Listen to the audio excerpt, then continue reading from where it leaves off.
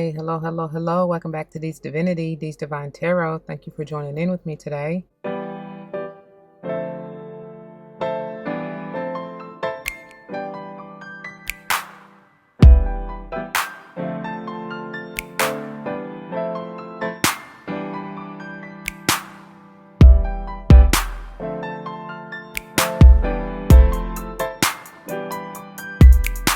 Welcome, welcome, welcome, welcome. Welcome back to all the former subscribers and welcome to all the new subscribers. Once again, thank you all for joining in with me today. As you see from the title of the video, we're going to go ahead and dive into this beautiful Moonology episode. Check the title for the number because I done lost count. Y'all should know this by now. Anyhow, before we get into this, it should go without saying, please do check the description box for any information that you may want or need to know. And if you have any questions, do not hesitate to let me know. As it states in the description box, these readings are intended to be timeless. Time and energy are fluid, meaning you could have already gone through this, may currently be going through this, and or this may be a prophetic message to come if you decide to embrace and embody the energy or advice that Spirit has for you within the reading or readings, okay? Please keep in mind that they are general. Not all may apply to you. That's perfectly okay. Take what does, let the rest fly. It may be a message for someone else. I may not even be talking to you nor about you. I may be talking to or about someone to whom you're closely connected. Friend, family, or foe. I do not know your life. That's why it's up to you to use your free will and discernment, y'all. We also don't subscribe to gender roles over here. However, you may likely hear me say he and or she in reference to masculine and or feminine energies, which we all have both within us. So flip-flop yourself as you need to. Reverse the roles as you need to. I don't know. Only you know your life. Okay? All right. Finally, I am big on numerology. Whether or not I call it out, the if and when I do, I intend for it to likely resonate with your life path number, the day and or month that you are born. Could even be talking about the house you want to pay particular attention to within your natal chart. All right. It could just be flat out confirmation that you need to pay attention at that particular time within the reading. I don't know. Okay. All right. At this point, you will likely see the primary decks that we utilize during this series. One serves as the header, the other as the finisher. The header is intended to bring forth the overall message of the reading, messages of advice, guidance, what have you. The finisher is intended to leave us with messages to grow on, to take with us, maybe even things to focus on working through or releasing. I have no idea. We'll see when we get there, okay? I was about to say we shall see or cross that bridge when we get there. I'm trying to mix all that together. Anyways, I was going to say something. Oh, yeah. Speaking of the finisher, y'all, it leaves us with crystals, gemstones to possibly use to help us get through this energy or even to help as healing modalities, which that is in the crystal energy healing portion of the reading that we'll dive deeper into that, okay? But in saying that, I utilize this combo deck here as well as this crystal mandala deck to dive deeper into the crystal energy healing portion. And that's even if I'm able to find them, to be honest. But you'll see when we get there, because it'll leave you with both of them will give you potential archangels, guardians, saints, mystics. And I just saw something fly right by. I don't know. I wonder if it even caught it on camera, but whatever. It's we're doing a late night. Look, 9:09. Speaking of numerology, and it's 3:33 on the clock on the timer. So yeah. Anyways, something big with them threes, y'all. Hold on, we gonna get there. But it's pretty late, right? Dark. So yeah, I don't know if you would be able to see what I just saw. Anyhow, just know that you are surrounded and protected, by the way. But yeah, so this text we will also use to dive deeper into the crystal energy healing modalities or benefits, which that's inclusive, right? The variable for the series is the tarot, which we are continuing to use the beautiful legacy of the divine tarot. And yeah, this is intended to confirm, clarify, dive deeper into what the overall messages may pertain to. All right. And then this deck, as it states, is intended to bring forth the potential manifestations that you may subconsciously or consciously be working towards. Maybe your higher self just wants you to focus on working towards said energy that comes out. Okay. And then This one finally is a newer addition as of late, and this is intended, as it states, to prayerfully go deeper into the astrology or even just the energy they're in. Could give us some time frame, for instance, or just idea, whatever, a little bit deeper into what you may find yourself dealing with, or we even as a collective, right? All right. So I think that is all. I hope I didn't forget nothing. I kind of feel like I did, but whatever. If I did, it'll come back up when it's meant to, if it's meant to. So let's go ahead and get a quick word of prayer before we go any further.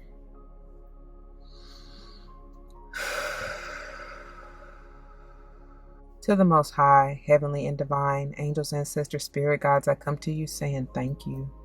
Thank you, thank you, thank you so very much for this day. Thank you for this night. Thank you for the energy of the moon. Thank you for this series. Thank you for leading and guiding us. Thank you for allowing me to be a clear and open channel to bring forth the messages to the collective, straight and clear, no chaser. I pray as always that the message uplifts, enlightens, heals, strengthens, protects, nurtures, and nourishes, of course. Whatever the viewer may need, please allow that, and then some. I pray that it plays out for the highest and utmost good, as I know you will see fit for any and all involved. And for all of these blessings, I come, ask, and give thanks yet again. Ashe, ashe, ashe. Alrighty, y'all. And it goes without saying, man, but in case you did not know, and in case anyone, well, I should say no one has told you today, I love you. I love you. I love you. I love you. Know that. Don't forget that. All right? If you don't get nothing else out of this message, baby, know that I love you. That's enough. Okay? And everything's going to be all right. I don't know why I feel the need to say that, but everything's going to be all right. All right? Don't give up. Okay. So before we get into the actual reading, or, the cards, I like to start off by giving a little background information for those of you who are new, and or for those of you who may not have tuned in previously. Okay, this is what we do. This is how we do it. Okay, Montel. Oh yeah, that's an oldie but goodie. All right, somebody listening to that, somebody going back through their archives. You may have recently listened to that, or feel called to listen to it. I don't know, but anyway, come on, Montel. Thank you.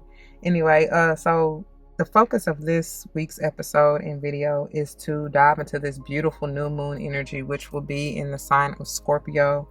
Now, it's a lot going on, and I can't, even last episode, I was so eager to dive in, but I know it's a whole lot of I didn't even have the capacity for it at that time, because I was trying to focus on last episode. And speaking of which, we'll get into that in just a moment, but it's a whole lot. Look, I can't even get it out. It's a whole lot of going on at this time, on this date of the 25th of October, because it is the new moon, which we will look, I can't even talk. We will surely discuss in just a moment. But the new moon is high vibe time at 3:19 a.m. In conjunction with that, it is a solar eclipse, which high vibe time at 6:48 a.m. Not to mention, the moon is transitioning out of the sign of Libra and into the sign of Scorpio on this very day. It's a whole lot going on. And speaking of that, Scorpio energy is simply that of, and I say simply as if it's, whatever. That's a whole nother story. But Scorpio in and of itself is the energy of transformation, change, movement, right?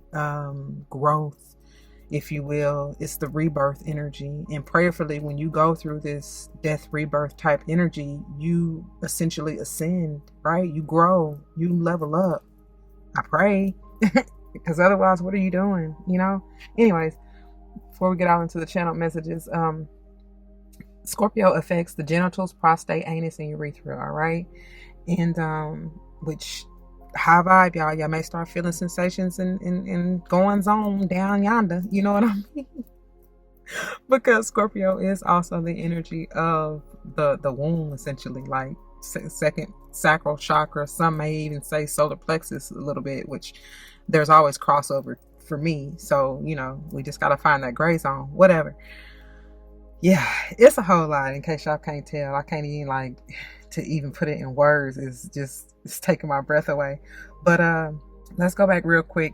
In case you missed last episode, we're coming off of the last quarter moon energy in the sign of Cancer on the 17th of October, okay?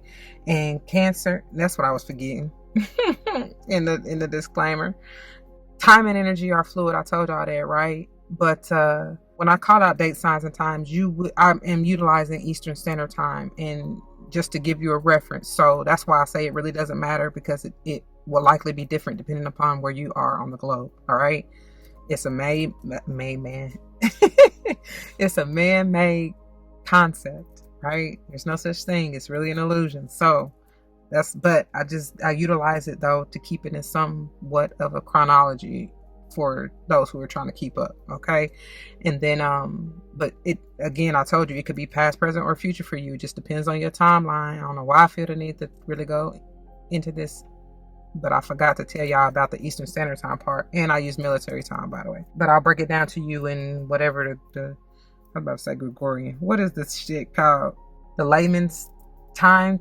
I don't know, y'all. I don't even know. Anyways, I'll break it down for you. I'll tell you A and P. And look, confirmation. That's another thing. I'm out in these streets. So yeah. I try to minimize as much of the background noise as possible, but dang, which way is it coming? It just is what it is. So, you know, try to be patient. Stay with me. Hold on. Oh, there you go. Look, I paused it right at 4:54. That's a number for somebody. Boy, excuse me, that ain't even no coincidence right there. And I tried to even get somewhere where I'm not close to a doggone department or station. And they everywhere, y'all. And then that's a whole nother look. See, that's what I'm saying.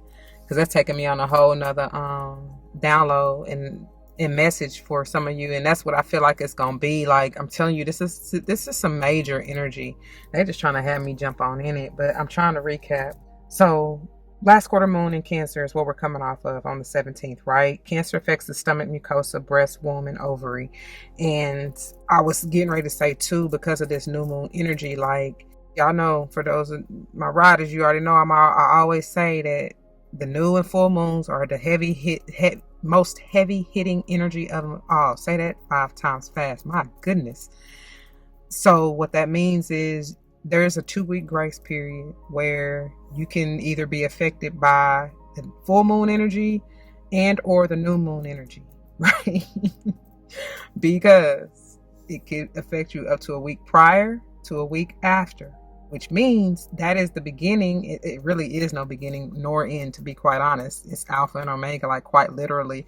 But with this divine feminine type of energy, water sign energy heavy, speaking of last quarter moon in Cancer, but whatever, the effects of it, they essentially overlap, right? And they're still very potent in and of themselves and what they represent and symbolize. And it may be different for you, for each and every one of you. Generally, with the full moon, it's about release, right? Release in order to make way for the upcoming new moon, right? And that can mean whatever that means for you. It depends on your timeline and, you know, the energy you put in it on whatever it is you're working with on manifesting, which that's when we get to the manifestation oracle or the Moonology manifestation, it'll make more sense, right? Prayerfully. Anyways, yeah, so to get from the last quarter moon in Cancer to this, and before I do that, I got to tell you, just to kind of recap, coming off of the last episode, that very much so with that heavy Cancerian energy was talking about and is talking about the energy of something healing, because oh my God, 454 was the number. Y'all might want to go back to even the full moon in Aries for me to be talking about this, like for real, because 454 was major in that video. It's powerful energy. But what I'm getting to is because the transition of the full moon, which ends up being in the sign of Aries, occurs on the 9th at 1654, which is 4:54 p.m. Okay. And we talked then about some heavy hitter like energy of basically karma balancing itself out. It's like there's an old, what is it, dictatorial, is that the word? Dictator type of energy, like Aries and 838 when I just looked up.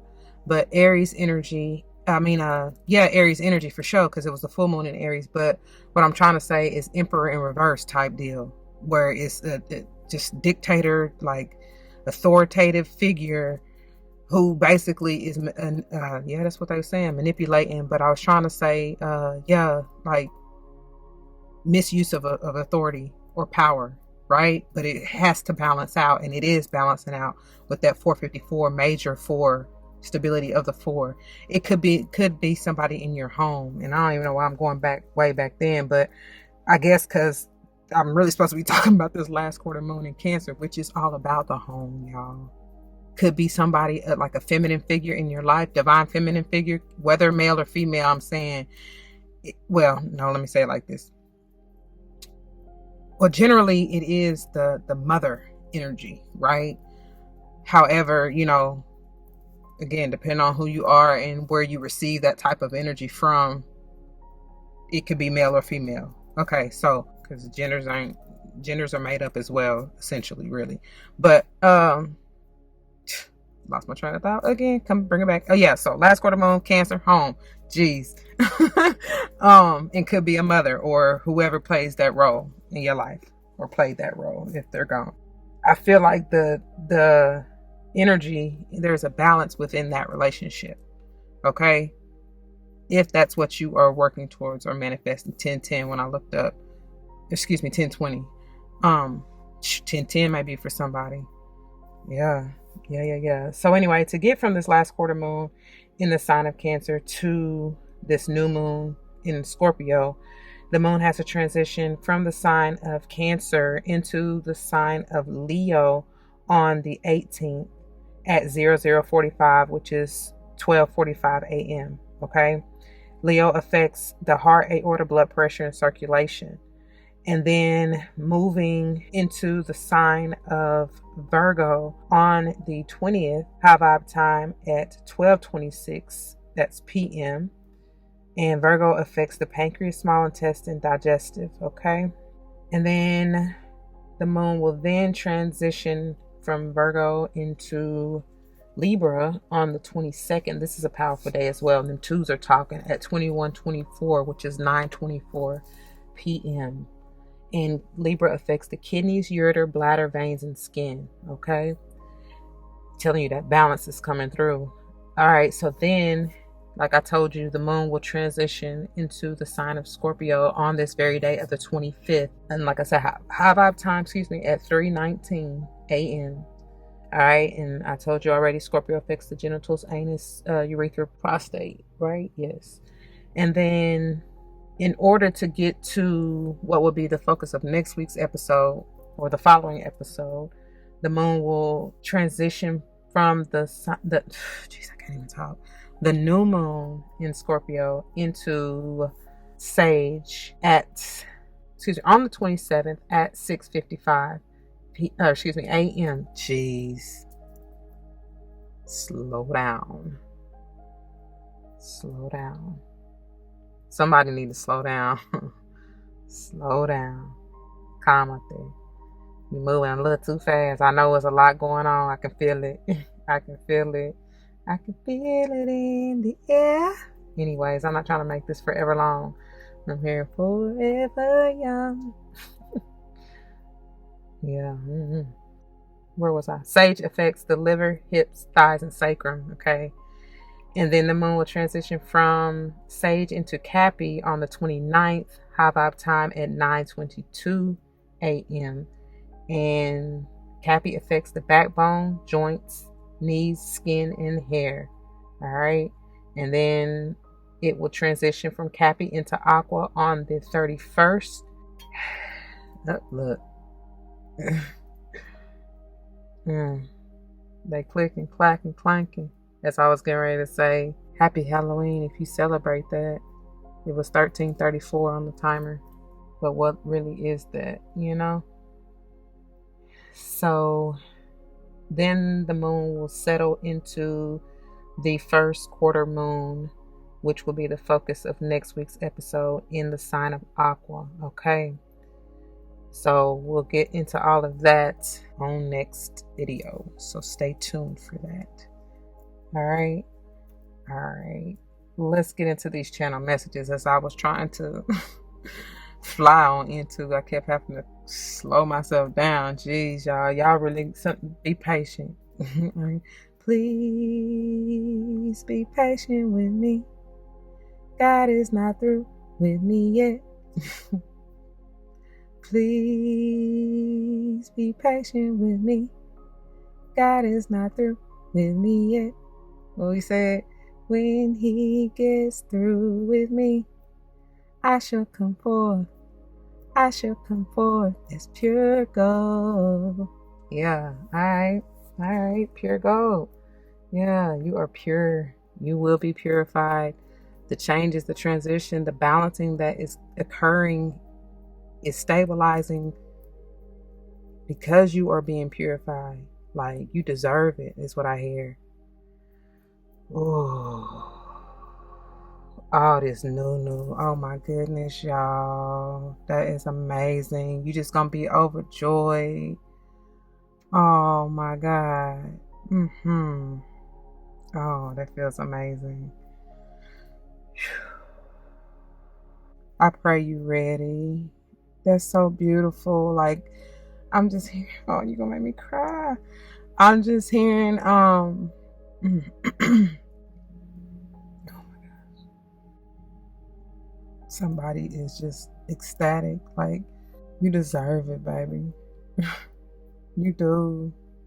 You do. You done been through so much. A lot has changed in your life, and I don't even think you really notice it. I mean, you know, you feel it, but I don't think you really, I don't think you really even notice. Everybody else do, that's for damn sure. I think you have just been so focused, like, heavily within, you know, that's the deep introspection type of energy, you know, reflective type of energy, both Libra and Scorpio, to be honest, you know. Speaking of which, 7th and or 8th houses, 7 or 8 may be important numbers to you.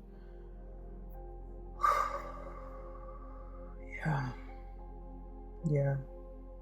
Like, you deserve it. That's why I keep hearing. Okay. Is that all y'all had for me? Because y'all was trying to get it in. To go back to the areas of the body, like I said, y'all may definitely start feeling sensations in whatever way you are describing it for you. It will be different. For some, it may be pain. For others, it may be pleasure. You know what I'm saying? What is that though? You know? It could be a tingling. It could be, like, I'm hearing erotic. Erotic, exotic. I don't know. But I keep hearing erotic. So some of y'all may be laid up in one or two ways. Getting your rocks and socks knocked out. Or, like, hurting. You know what I mean? Yeah. So either way, it will be balancing out. Okay, you shall notice some changes in whatever areas, you know. It could very well be specifically the ones that Scorpio affects, which, like I said, is that sacral chakra, maybe a little bit even the solar plexus, and root, to be honest, because there's always overlap. Because you got what? Genitals, anus, urethra, and prostate. Okay? So... Yeah.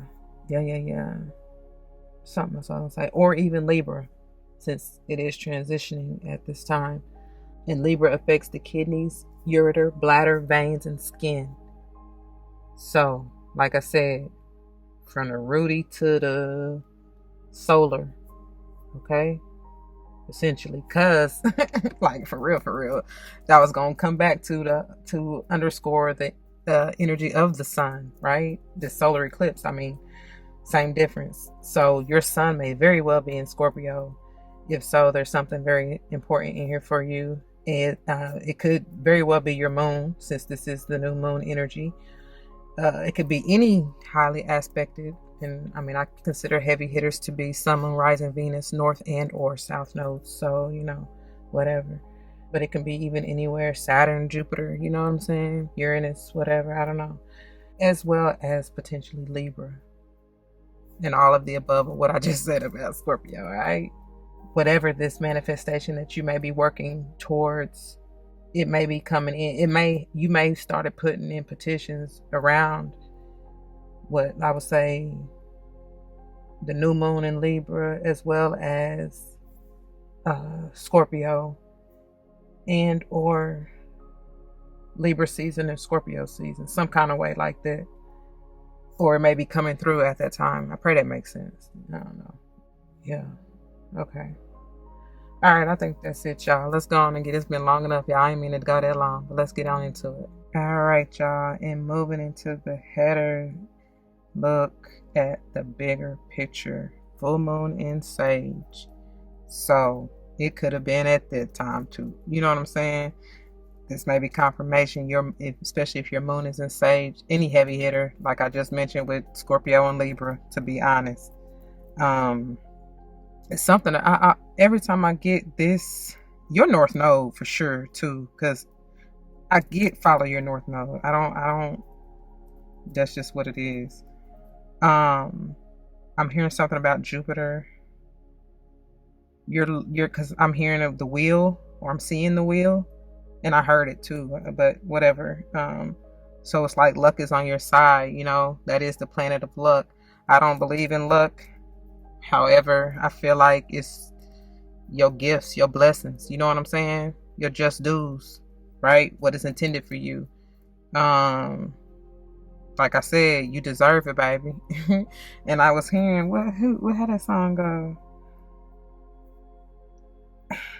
Not that, but I'm hearing I'm so proud of you. Yeah. I feel like Spirit is saying it to you, and so the abundance is just about to rain in, like, and that's why y'all is about to make me cry, because it's like y'all work so hard, you know what I'm saying? Like, you go so much, cause I go so hard. It goes so hard. Wheezy. Yeah. How can I think of these songs, y'all? Anyway, yeah, that's what I'm hearing. And you do. So they, like, Spirit is proud of you. Like 151. And when I looked up, baby, get that. Open up to receive. It shall be done. On earth as it is in heaven. What do you envision in heaven? You know what I mean? Like, for real. What are you working towards up there? Because it's already done. Like, I'm trying to tell you. It's done. It's just a matter of time. And what is time, for real, Because divine time is always right on time. So, 227. That might have been y'all show back in the day. Okay. All right. 232. Okay. I feel like that's what we get. But yeah, you probably gonna have to. That's why I said, y'all, some of y'all probably didn't even notice.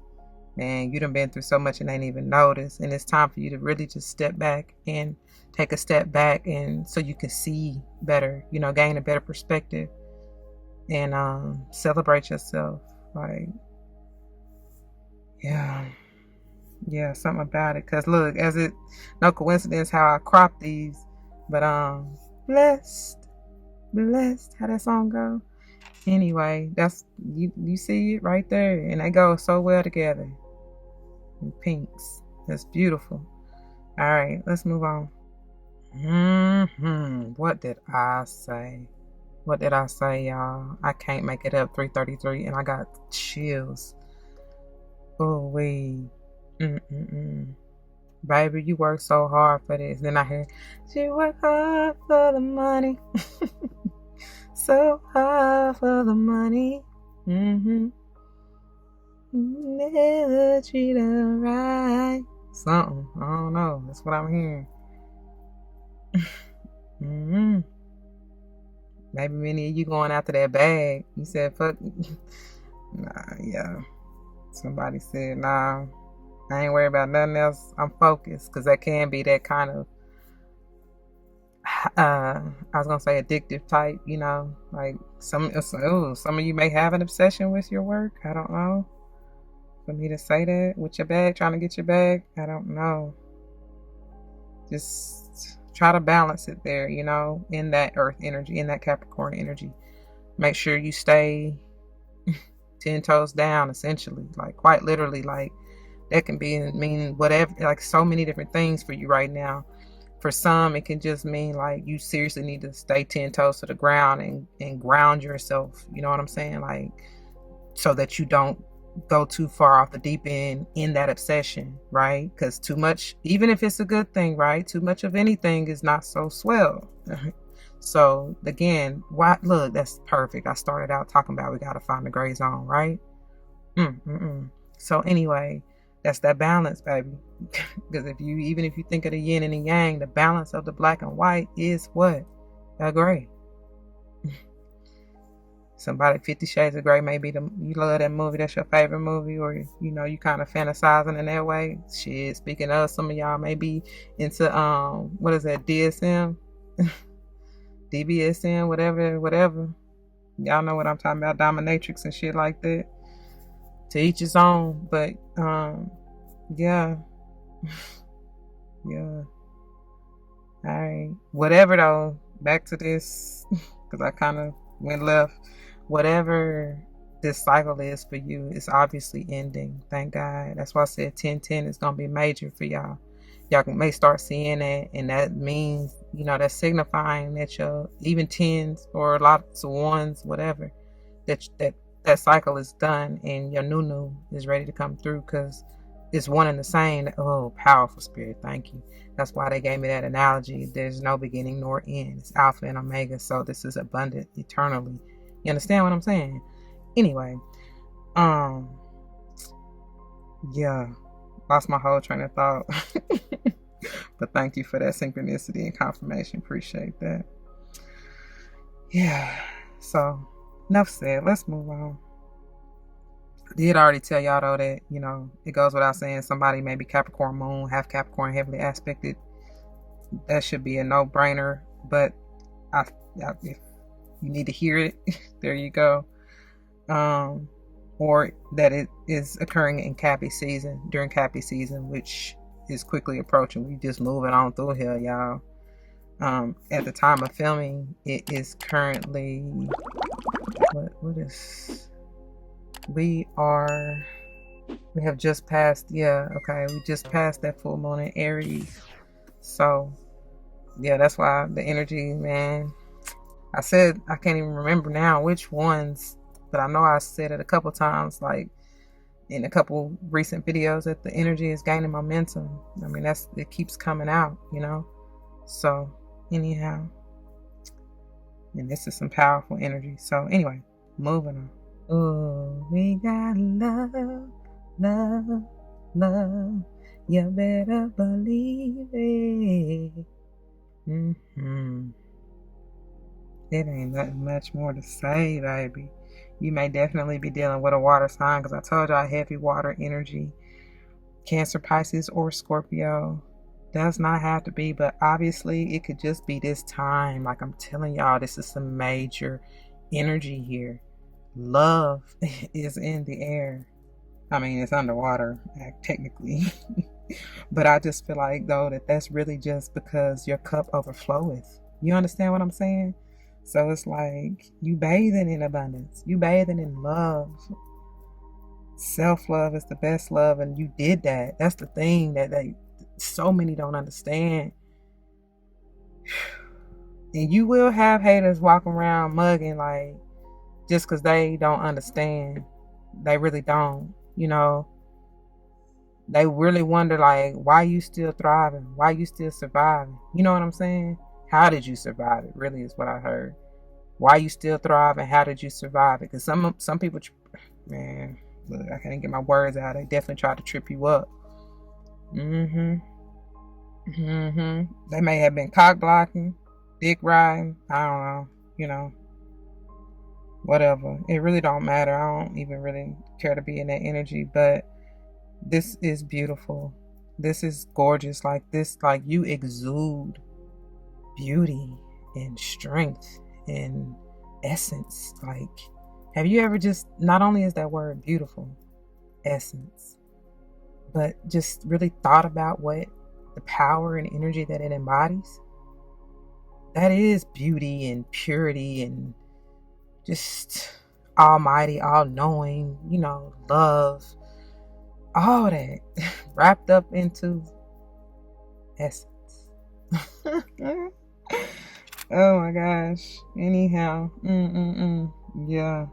Somebody coming to get you. I wanna get you, get you one way or another. 222. I'm telling you. Oh my goodness. Yeah, I just saw 222 as I looked up. Okay. And look, life is beautiful. That's how y'all gonna be living. I'm telling y'all, that feeling of elation, of ecstatic, of overjoy. My cup running over, like I'm full, baby. I'm full, and then I got plenty more to spread. Oh, they own it. Yeah. Some of y'all, it took. Oh my gosh, rain on me. Oh, yeah, y'all had to go through so much heartache and pain. I feel it. That's why I said y'all gonna make me cry, because I can feel it. I can feel it in the air. Man. But it's like God is shining, like I said, through you. It exudes through you, out of you. However, or not even however, but as well as, and at the same time as, in conjunction with, Spirit is shining this light. Like your aura is fleeking, baby. Like they see, what's it said? See, they can see it coming from miles away. It ain't no question. None at all. Yeah, and somebody is definitely for sure about you. Whether it's Scorpio, heavy Scorpio energy, baby. Heavy Scorpio. Libra, who else did I say? Cappy, who else we done had? Sage, right? Yeah, and I was getting ready to say, bring it back. Oh, it was somebody else. Anyway, I don't know. Moving on. Definitely Sage. Definitely. This is Sage energy. Or check even where your Jupiter is moving through, like whatever sign, you know, something about that. They keep telling me that. Especially if it's either one of these, it's the Sage or. Okay, y'all, I don't know where we stopped, but I do know I paused it at 4:44, so that may be a number for some of you. And I think we were talking, well, I know we were talking about getting into this Sage or Temperance energy in regards to, I know I mentioned Jupiter or whatever, but it's, so please check, especially if Jupiter's transiting through the sign of Sage, or even your 9th house, right? Something about that. It's divine timing, whatever this is. That's what I'm hearing. And then obviously the number 14 or even 5 may be important to you. You may have been born May 14th or the 14th of any month, but especially May. Rising to the occasion. That's what I hear. Yeah. Like I said, we got love. You better believe it. Somebody may surprise the shit out of you. Quite literally. they're gonna pour into you so well, and it's really just a reflection of you, baby. And but I just feel like this temperance is coming to advise you to really just stay calm, like, because I told you somebody about to be ecstatic, overjoyed. It's a beautiful feeling, but there will be a need to kind of woo-saw a little bit, just balance that out, right? Try not to get overly emotional. Again, we got to find that gray zone. That's the whole point of this all, okay? Yeah, it's something about, you may be dealing with a fire and or water sign. I told you scorpionic energy heavy, could be Cancer, Pisces as well, and fire or as Aries, Leo, Sage, and I can't even get that out, especially Sage, right? Yeah, or anywhere heavily aspected in either one of your charts, whoever you're dealing with and yourself. Okay. And of course, it goes without saying it could be occurring Sage season. Like I said, we're quickly approaching at the time of filming. So, and it does not matter though, you know. All right, let's go ahead and move on. Look at this. Like I said, I just hear somebody saying, "Thank you, thank you, thank you." Like somebody is shouting, like for real.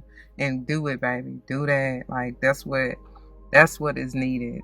For real. If you don't do nothing else but say thank you, and it be genuine and heartfelt, baby. That's all spirit want to hear. You know what I mean? And the blessings will continue to rain on down. All right. I do feel like this is somebody live and in the flesh, maybe an elder for you, who may be helping you, supporting you, loving you, helping you to, refill your cup, whatever, the overflow, the abundance that may be coming from this individual. And look how perfect that last quarter moon going back, because I always get like a grandmother energy out of this card. Definitely a feminine vibe. So please go back and check out that last quarter moon and Cancer video, because I guarantee you there's something in there for you. Yeah. And this feminine energy, especially somebody born on the 23rd of whatever month, again going back to the 5, could be May, but it's whatever month, y'all. So they may be even a cusper, and that's going back to who would that be? Firewall. Oh yeah, it may be a Cancer, Leo cusper for sure. So July, something about that. And then even what, Scorpio, Sage. So November. Yeah, that's big. That's really big. I don't know, that's coming through for somebody. But yeah, let's move on. Oh my God. What did I say, y'all? I cannot make this up. I promise I can't. And I feel like a broken record at this point, because I don't look at these, y'all. I pull these like months in advance.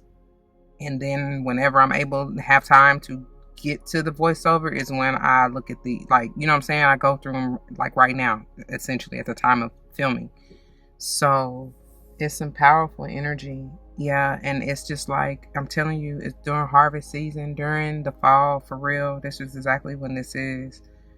So, and then look, that 38 potentially being 11. I'm telling you, somebody born in the month of November, heavy, especially on the 23rd, there is something in here for you.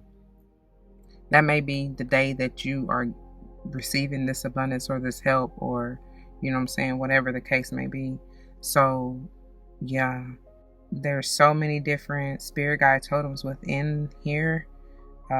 Fox, what is that? Is that a raccoon? That's what I'm seeing. Monkey, I heard bison, moose, even wolf. Something about loyalty. Of course, fox, did I say that already? If not, you see it. Squirrel, rabbit, I see. Oh, that's a boar. Yeah, that's a boar. Okay. And then the deer, elk, if I didn't say that family.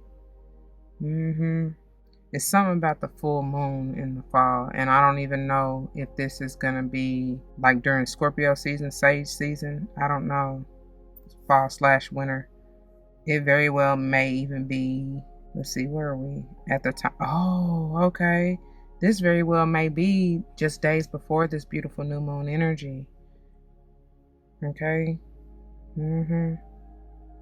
But it's something about the full moon too, though. Full moon in either one of the signs I've said already. Yeah, something about it.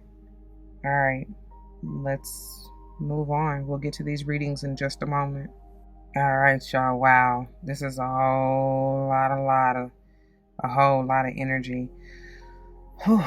Where do I begin? In the center, they said, because you already told you, like, there's, man, listen. I can't make this up if I try, y'all. And there has been a big energy for me to reiterate that as of late, being in Libra season, really beginning Virgo Libra season, to be honest. Yeah, I just been feeling it because it's divine feminine season and it's time, y'all. I've been saying this. If you haven't been keeping up, man, it's time to pay attention and nurture and heal. Like, get in that divine feminine energy to do all of those things for the divine feminine in and of herself, as well as your inner child. Whether you're male or female, y'all, it's the energy of receptivity. It's Empress-like energy, sitting back, relaxing, and attracting, knowing that all will be okay. Like I told y'all, everything is gonna be all right. But hold on just a little while longer. I'm telling you. And what they said in the header, you need to step back really so you can get a different perspective, see the bigger picture, because assess the situation, the first quarter moon in Virgo, that's what that's bringing me back to. All right. You just need a different point of view. And I love that because look, she's back. Like, she's seeing her kingdom, her vision coming into fruition, but she had to go up on the hill. She had to get into that Virgo energy. You know what I'm saying? And I was getting ready to say sage energy as well, but it's like gaining higher wisdom, right? May even be dealing with a Pisces for me to say that, because I was getting ready to say even enlightenment. It's a different third eye vision. It's on a whole nother level. That pineal gland fleeking. I see y'all. All right, I hear y'all too. And that's beautiful because look at them mountain ranges in the new moon in Libra as well as the new moon in Gemini. It's like, that's crazy. That's perfect, Spirit. Thank you, baby. Going from the new moon in Libra to the new moon in Gemini card, you had to, that's almost like the new moon in Libra was zoomed in to just one of those mountaintops, right? Then when you get to when you actually utilize the energy of the first quarter in Virgo and what they said in the head or the cappy to step back, right, gain a different perspective, or see a bigger picture. When you get to the new moon in Gemini, when you step back, you can see the bigger picture, right? You can see the entire mountain range, all of your achievements, essentially. That's what that's representing to me. And then the next step of the journey, the next trek, the next leg, you got to just assess it, right? As it says in the Virgo energy, and rethink it maybe for some of you. I don't know. And it can be whatever you're talking about. It's definitely something that bears a lot of weight in love for you. And that can be a million different things for each and every one of us. I strongly, strongly, strongly feel it's a relationship, like no matter romantic, platonic, or whatever. Feeling more romantic, but it still can be, it can be a family member, it could be a friend, whatever, y'all. Take it as it resonates. But so if you are questioning, especially going into that relationship realm, if you are questioning whether or not this person loves you, it's right here. You know what I'm saying? Maybe because if you a fellow Gemini, sister sign, whatever I'm trying to say, or even Virgo, because both of us, we're heavily mercurial signs ruled by Mercury, right? And so we overthink. We overthink the overthinking. We overthink the overthinker. Whatever, y'all already know. We analyze the shit out of every little detail to where we honestly sometimes complicate it more than it needs to be, right? Because I like to say keep it simple, genius, okay? Because look, but y'all know the saying. I don't want to call nobody the S word. Look why I'm saying it like this. Somebody childish, but for real, I don't want to call nobody that, because we are all geniuses in our own right. So just keep it simple, baby, basically. All right. And maybe you'll see that once you step back and not be so meticulous necessarily, right? Not saying that that's a bad thing. I'm just saying, you ain't always gotta nitpick, basically. Okay. All right, let's move on to the bottom. Y'all should already know before we do, though, that it goes without saying, as far as I've said with all the signs I've mentioned, you can have Virgo, Libra, and or Gemini heavily aspected in your chart, especially if they are your moon signs. And of course, any heavy hitters, sun, moon, rising, Venus, north and or south node, but especially moon sign people. There's something in here for you, okay? I would even say sun, since we touching on that solar eclipse as well, right? Okay, because I do see the sun in that new moon in Libra. The sun is actually, and in the new moon in Gemini, that light, you know what I mean? It's coming through. So, yeah. Anyways, now we can move on. 5:45 as I looked up, baby. Ooh, what I tell y'all? Somebody is definitely a Cancer Leo combo some kind of way. First quarter moon in Leo. Be humble. Sit down. This is bringing me back to that gratitude. So check it. I mean, if you've been, you know, I heard somebody taking something for granted, something or someone, your time, space, even an opportunity. You know what I'm saying? If you've been taking a certain situation even for granted, it's like, ooh, check it. You know what I'm saying? Because, you know, what's meant for you will be for you. However, it's this vibe of spirit will test you. Like, it can be taken away, you know what I'm saying? Or even delayed. So if you find yourself in the energy of not getting what you want or desire, or what you have been working towards and manifesting, then this is why. Okay. It's also because anytime, you know, Leo as well as that Caprionic energy, they both can be the energy of ego, right? And since we did have that Caprionic energy, I think I might have said something, I don't even remember, to be honest, in the header about, you know, don't get into that devilish vibe or egotistical vibe, essentially, of addiction or obsession. And basically, I've been saying this too over the past couple months. Just don't let ego get y'all fucked up. You know what I'm saying? Don't let ego fuck up a good thing, basically. Don't be on that mind trip. You know, that's the devil's playground if you allow it. Don't be on that mind trip to where you psyching yourself out of a good thing, baby, because this is a beautiful thing. I promise you. And they bringing me back to that temperance energy at the bottom of the tarot. I'm telling you, it's going to call for you to really, sit down. Sit down, servant. Sit down. Oh, sit down, servant. Sit down. Look. Oh, I know you had a hard time. Sit down. Oh, I know you had a hard time. And she say, just sit down and rest a little while. Telling you, man. So you can balance yourself out in both that Libra, I'm about to say Scorpio, Sage, Temperance energy. You know what I'm saying? Either one of them. Just peace, be still. The Libra energy coming through, like, for you to balance your mind, baby. Stabilize your mind. Like I said, don't go on that mind trip. You find yourself thinking negative, being ungrateful. Reel it back in real quick, and be in a space, in an attitude of gratitude. Okay. And if you find yourself trying to move too fast, especially because Sage can be that energy of, you know, I heard fight or flight, like ready to go without no question. You know what I'm saying? Just free spirited, carefree, don't care. You know what I'm saying? Do not want to be restricted. So, but you know, you can move too fast and miss, you know, a blessing if you're not careful, basically, is what I'm trying to get through to you. So just sit down, be still, work with your meditative practices and whatever that means for you. It can be so many different things. Work on your breath work, do some yoga, just be at peace, whatever that means for you, however you succeed with that. All right, let's move on. 929. Ooh, man, I cannot make this shit up. I mean, oh my God. Didn't I tell you I was getting a number 9? I swore that was coming through. 9th house energy. That's Sage. Yes. Okay. With this in reverse, and the fact that it says expand and it being in reverse, like, and I told y'all Jupiter is the planet of fortune, let's say, because I don't really care to use the word luck. However, and I really feel like they're blessings or gifts, right? It's what is due to you depending on your work. You know what I mean? Like the honestly, depending on your karma and or dharma, both, right? That's what I feel. Whatever.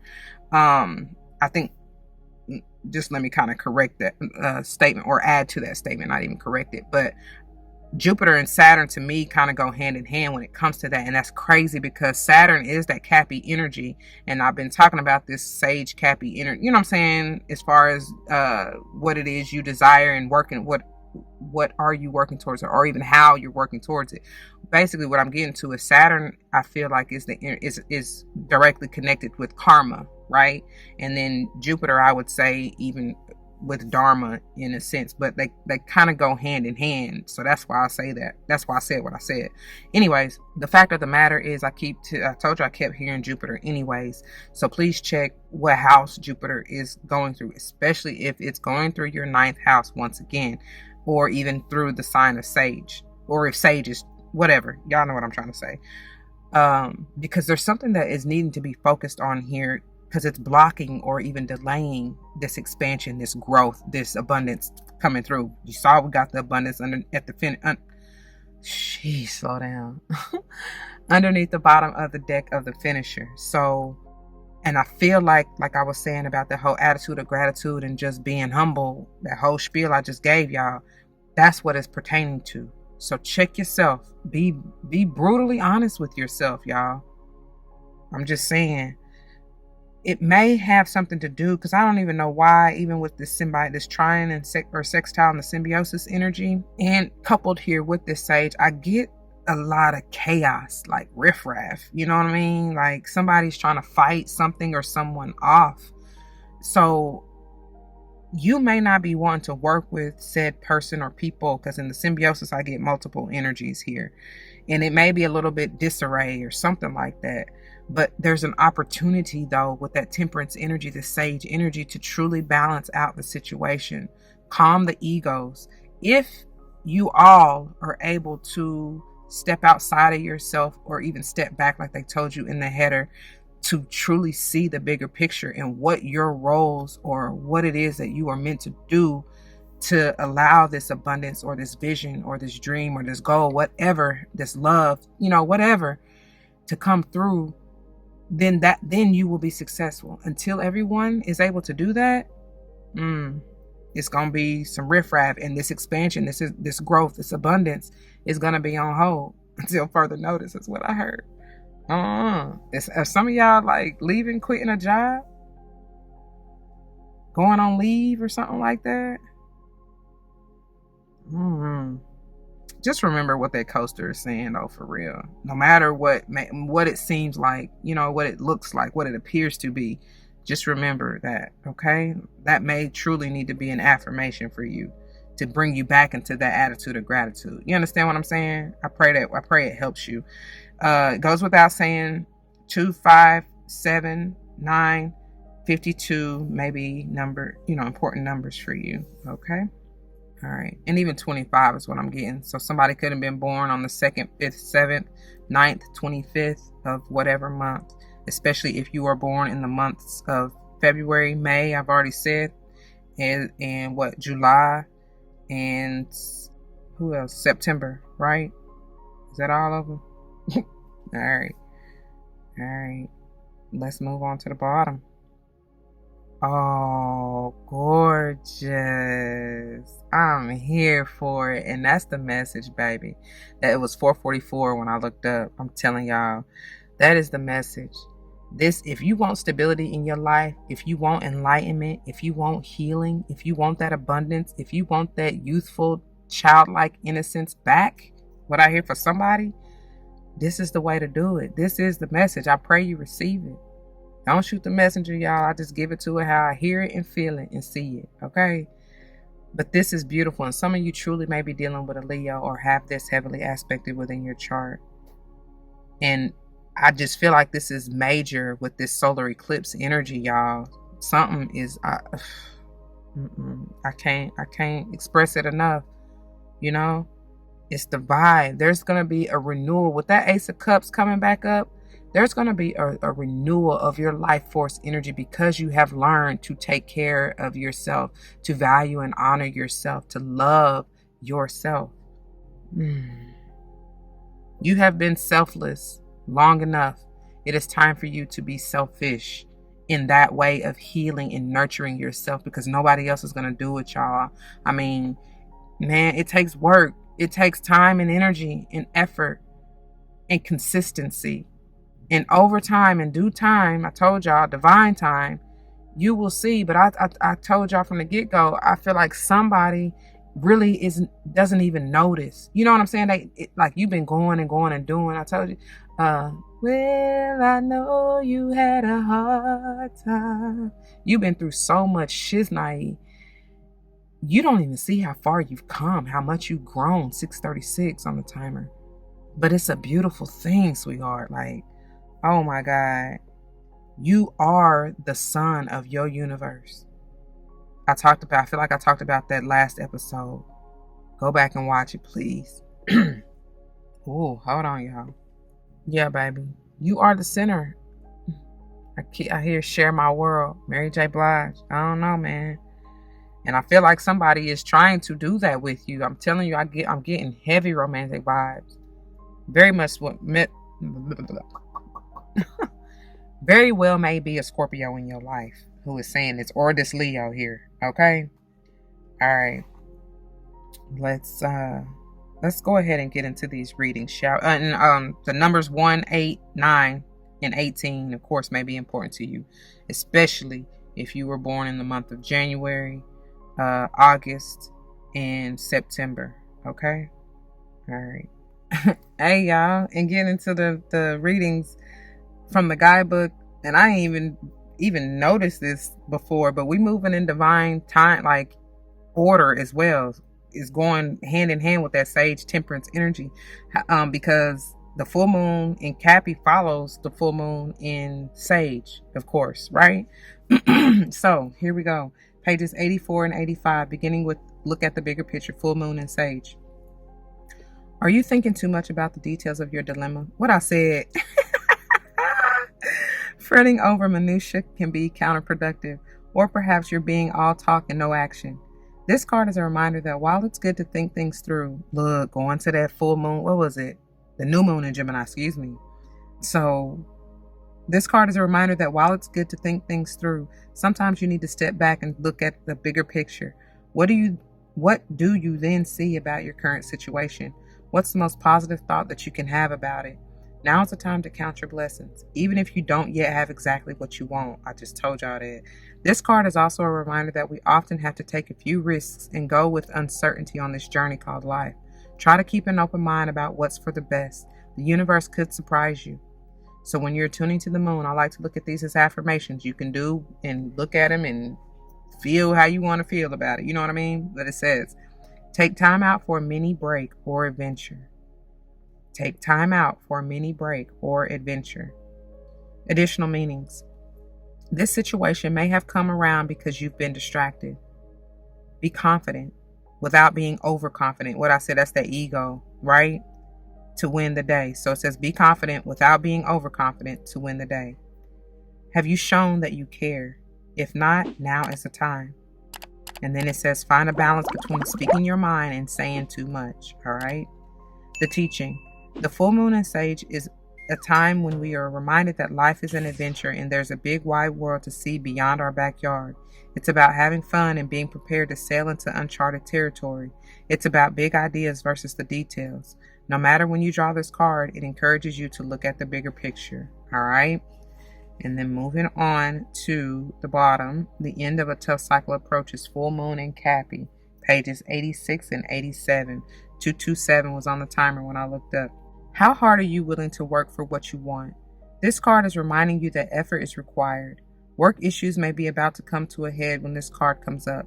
If you're wondering if you should stay in your job or leave, this card, I laugh because what I just told y'all in the Astro, the Starcodes, that sage energy, like somebody like they fighting, they ready to go, they leaving. Some of y'all truly may be thinking about leaving a job. Think it through, you know what to do. I can't tell you one way or the other, but Make sure you see the bigger picture, think it through, and use your discernment always, okay? All right, so if you're wondering if you should stay in your job or leave, this card can be a strong sign to make an exit.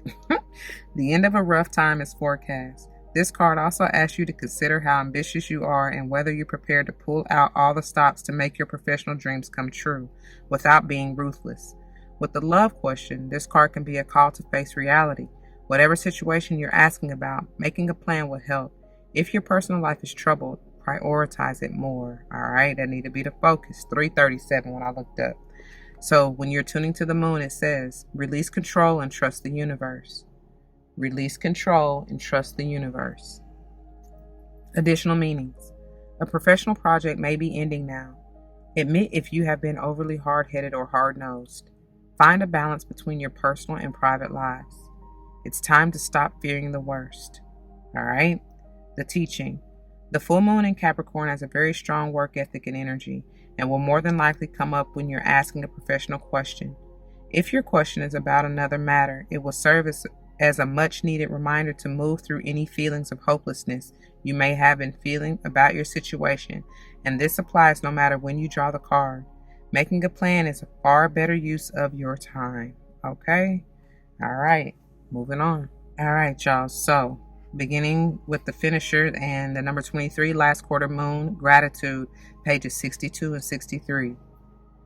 Be where you are and be thankful. There's always something to be grateful for, no matter your suffering. Gratitude raises a lower vibration to a higher one. Do not allow yourself to be surrounded by too many negative people. Life is conspiring for you. Okay, and 23 on the timer as I looked up and said that. Oh my, confirmation, boy. So the affirmation. I joyfully turn my attention to what I am grateful for. I joyfully turn my attention to what I am grateful for. As we enter the last quarter moon on the lunar cycle, the energies begin to turn towards surrender and release. To let go of what we no longer need, it behooves us to pay attention to what we have right now, both positive and negative. This attention paying and focus allows us to wisely discern and to be grateful for all of it. Yes, all of it. Because the nasty stuff, the stuff that is making us suffer right now, it already happened, and we can take wisdom from this. However, now it's going. Wait a minute. Oh, okay. So it says, however, now it's going, and what we have left is the good stuff. And frankly, most of it is going to be great. I got thrown off because in parentheses, it said Wax and Crescent 4 and the Dark Moon are going to sort that for you. Let me see when Wax and Crescent 4 will be. Oh, nope, that's waning. Wax and Crescent 4. Oh, okay. It's going to be on the 29th of this month of October, right? In the sign of Cappy, which it's, oh my. I'm telling y'all, it's transitioning from Sage into Cappy on this very day at 9:22 a.m. I'm telling y'all. And of course, Cappy affects the backbone, joints, knees, skin, and hair. Wow. All right. The number 29 may be very important to you, or even possibly 11. All right. So it says, taking some time out on this moon to list a few things you feel grateful for will raise your vibrations and banish any resistance you have to ditching old, outmoded patterns. Doing this also turns your powerful focus away from a story you may have started to believe of, quote, everything going wrong, end quote, or that, quote, life does terrible things to you, end quote. Gratitude is a balancer. In fact, it normally tips the scales to the positive. Yes, it does. I'm telling you, it works every time, because there's no way that you can be upset or sad or whatever other low vibe energy if you are happy and grateful. No way. It doesn't work like that. You attract that which you are. So you have to find. That's why I said I don't care how it seems, what you done been through. And not trying to be insensitive, because I feel it, y'all. I know we done been through some shiznai. Look, that song didn't come up for nothing. Well, I know you had a hard time. But it was all to test you. It was all for your growth, for your expansion. See it as that. And be grateful for that. You signed up to experience that for a reason, y'all. Don't take it personal, baby. Baby. Don't take it personal. The divine still loves you and always will, right? Anyways, the companion stone or metal is ocean jasper. And we'll get into the crystals in just a few moments in the crystal energy healing portion of the reading. So please stay tuned, okay? Let's move on to the bottom. The number 38, Hunter Moon in Abundance, pages 92 and 93. All right. So, mind you that 92 is that reflective energy of the 29th, where the waxing crescent 4 is coming through in the sign of Cappy. Powerful. Pay attention. So, take advantage of this time of abundance. It is all around you. Possibility and opportunity are everywhere. You are open and responsive to the abundance around you. There is enough for everyone. The affirmation: I am abundant and I am surrounded by opportunity. 434 as I looked up. I am abundant and I am surrounded by opportunity. The Hunter Moon is the traditional moon of plenty. It was when game was at its most plentiful, so the people would not go hungry. The moon was large and bright in the sky, and in some cases deep orange, and there was a great deal of light to go hunting well into the evening. Our ancient ancestors couldn't just go off to the supermarket to buy what they needed to eat. Meat didn't come on trays wrapped in plastic. Eggs were gathered. Warm clothing was made from skins of the same animals that were hunted for meat. Nothing was wasted. This abundance was part of a cycle just like any other. It wasn't present all the time, so this time of the year was to be taken advantage of. What I say, don't take your opportunity for granted, okay? So this time of the year was to be taken advantage of while the good going was good. The barrenness of winter would soon return. Hunters had to be prepared. They had to have their weapons ready and their tracking skills honed. As modern people, we are less used to these natural cycles of plenty and barrenness because most of us have stepped away from growing food and the natural environment. However, these cycles are still there, even if we are not a part of them consciously. This moon normally rises in October in the northern hemisphere, and so was before the winter snows. Okay, there you go. Like I said, the companion stone or metal is citrine. It's like I'm here. I pause for a minute because I hear bees buzzing. Interesting. All right, so we'll get into citrine and what else did we say? Ocean jasper in just a moment. Okay, moving on. Alrighty, y'all. So let's get on into the manifestation oracle, and I'm almost feeling called to go in the order, like whatever. I guess we'll just go. Yeah, I'm let me go with what I was getting ready to say in the order that I was called to even go over them in the first place. So beginning with the new moon in Libra. Ooh. Know that you are loved, okay? Know you are loved. Pages 40 and 41. There's new or renewed love energy around you, be it familial, platonic, romantic, or otherwise, like I said. Whether you're single or attached, a new personal or professional relationship cycle is starting for you. Open your heart and be loving. The trick is to get involved with people you like or even love. And in parentheses, they say, be that on a personal or platonic level. In parentheses. If you want a new friend, you're on the right track. For a work or money question, a new start is highly likely. In love, the sky is the limit now. If you react with love, okay? And I'm hearing Biggie. The sky is the limit and you know that you just keep on pressing on. Sky is the limit and you know that you can have what you want, be what you want, have what you want, be what you want. That's what I'm hearing. Anyways, manifesting focus. It says this card is an especially good sign for matters related to a romance, a job interview, or any important relationship. And it's definitely bringing me back to the Ace of Cups. Bless. So the manifesting mindset.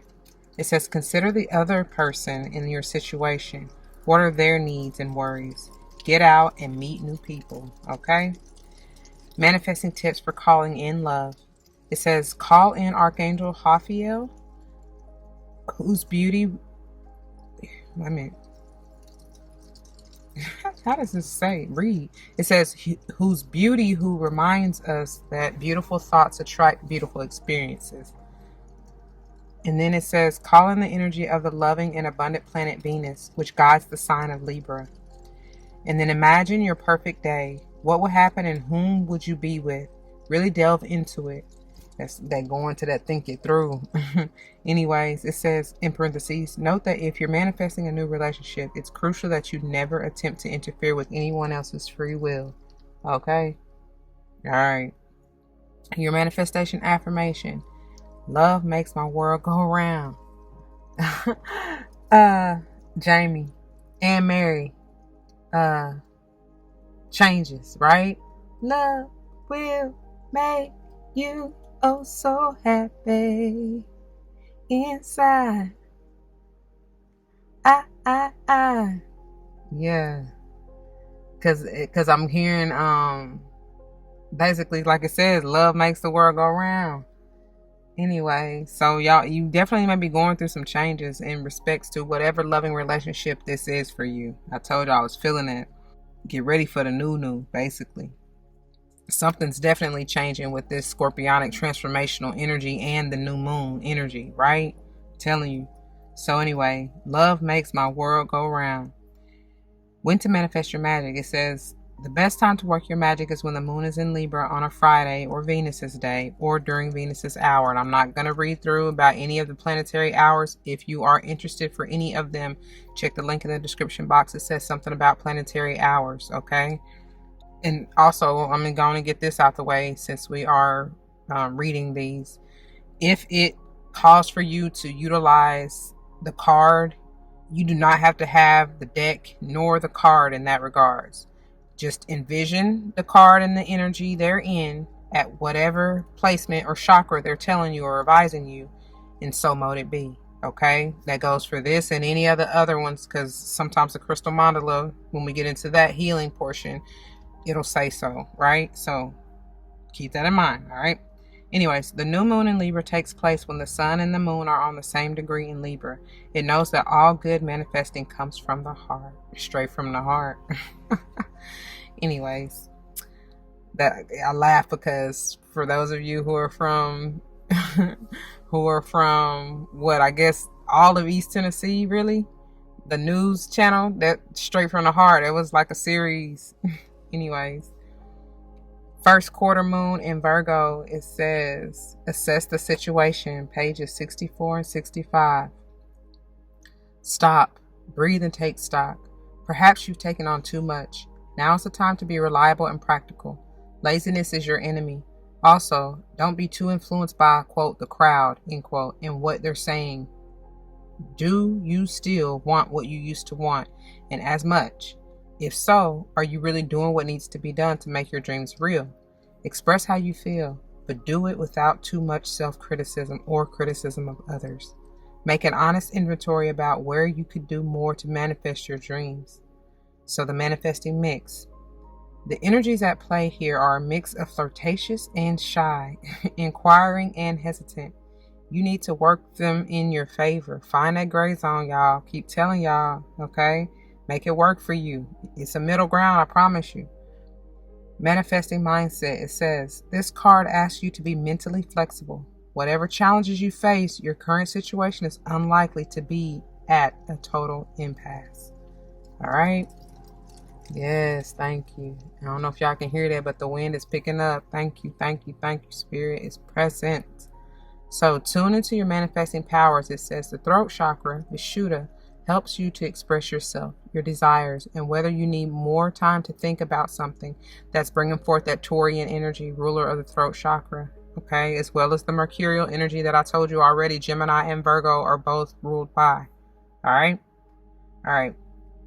So it says the throat chakra, Vishuddha, helps you to express yourself, your desires, and whether you need more time to think about something. That's what we're about to get into. Gemini energy, think it through, right? It's located at the base of your throat and is a beautiful sky blue color. Visualize a column of the pure sky blue light pouring down over you as you hold the card to the base of your throat and call in the energies with these words, and I quote, energies of the first quarter moon in Virgo, thank you for helping me towards clarity and confidence. Energies of the first quarter moon in Virgo, thank you for helping me towards clarity and confidence. Okay? When to manifest your magic. The best time to work your magic is when the moon is in Virgo on a Wednesday or Mercury's day, or during Mercury's hour. 7:27 when I looked up. The first quarter moon in Virgo takes place when the sun is in Gemini and the moon is in Virgo. I knew they went hand in hand. Perfect. It knows that it's never too late to change your way of thinking, as we're about to get into Think It Through. New moon in Gemini, pages 32 and 33, baby. Powerful, powerful mastery. Oh my goodness, what y'all doing? It says, a positive outcome lies ahead. However, to take this opportunity from the ethers and make it real, you need a positive mindset, the attitude of gratitude, right? On some level, you already know how to get what you want. Use your smarts. Think it through. Look for the signposts about what to do next. Ask, quote, what am I expecting, end quote. Focus on positive expectations. Expectations attract. If you're having doubts, talk to someone. Make a list of your goals. There's a way through. Use your mind and your words to help others see things your way. All right? 8:30. So the manifesting focus, it says, this card is an especially good sign for matters related to a flirtatious situation. That's twice. Told you, Gemini, what I said, the first quarter moon in Virgo and this one go together. Anyway, it says the card is an especially good sign for matters related to a flirtatious situation, anything written, an upset you've had, or a relationship that feels blocked. And I told y'all, as we about to get into the Astro codes here in just a second, I always say Astro codes. Starcodes Astro. I feel like that's what it should be called, Astro codes. Anyways, I told y'all I felt some conflict or chaos or, turmoil or fighting or whatever. So be mindful and be careful, because, even in that, since that came to mind right here in that Gemini energy, they can be some petty betties, you know what I'm saying? And they run that mouth and and that's what was in the symbiosis card, was more of birds, like air energy, right? So that can be talking about like a Gemini or the Geminian energy in and of itself, or even any other air sign for that matter, because that's all about communication. So, anyways, just be mindful, please. Manifesting mindset, it says, expressing whatever is on your mind is always a good idea. But this card also suggests you need to do some inner work and trust your intuition. Like I said, think before you speak, baby. Especially if you find yourself in that chaotic or aggressive or tumultuous, you know what I'm saying, anxious even type of energy. It's like, just breathe. I told y'all some of y'all need to work on your breath work, do some meditation, do some yoga, whatever calms you down, honey. Whatever brings you back to center and back to peace, do that. If that means you leave whoever fussing and fighting, hollering at themselves, do that, bro, because you can't argue with yourself. I mean, you can, but they'll call you crazy, and I guess so be it. If they gonna do it, you know what I mean? If the shoe fits, whatever. But yeah, man. So if this is you, please be mindful. Okay? We trying to grow and be better, right? When you know better, you do better. Anyways, moving on. So manifesting tips for boosting your intuition. It says, call in Archangel Zachiel, who is associated with compassion and forgiveness, to help you clear a past hurt that could otherwise block you. Call in the energy of the planet Mercury, which guides Gemini. Close your eyes and meditate on your desire for at least 5 minutes. See what I'm saying? What comes up? Write it down. All right? So the manifestation affirmation, it says, knowledge is power and I am powerful. I'm telling you, because when you know better, you do better. 1122, boo-boo. Knowledge is powerful and I am powerful. Man, say that. Say that as many times as you need to. Look in the mirror and say it, baby. When to manifest your magic. The ideal time to work your magic is when the moon is in Gemini on a Wednesday or Mercury's day, or during Mercury's hour.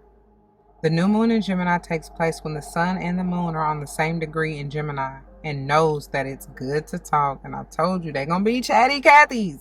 So depending on what, 11:55, look, depending on what end of the spectrum you find yourself and others, or whoever you're dealing with at this time, or whenever this resonates with you, just please be mindful of what all I'm saying. All right, because it ain't gotta just be so bad.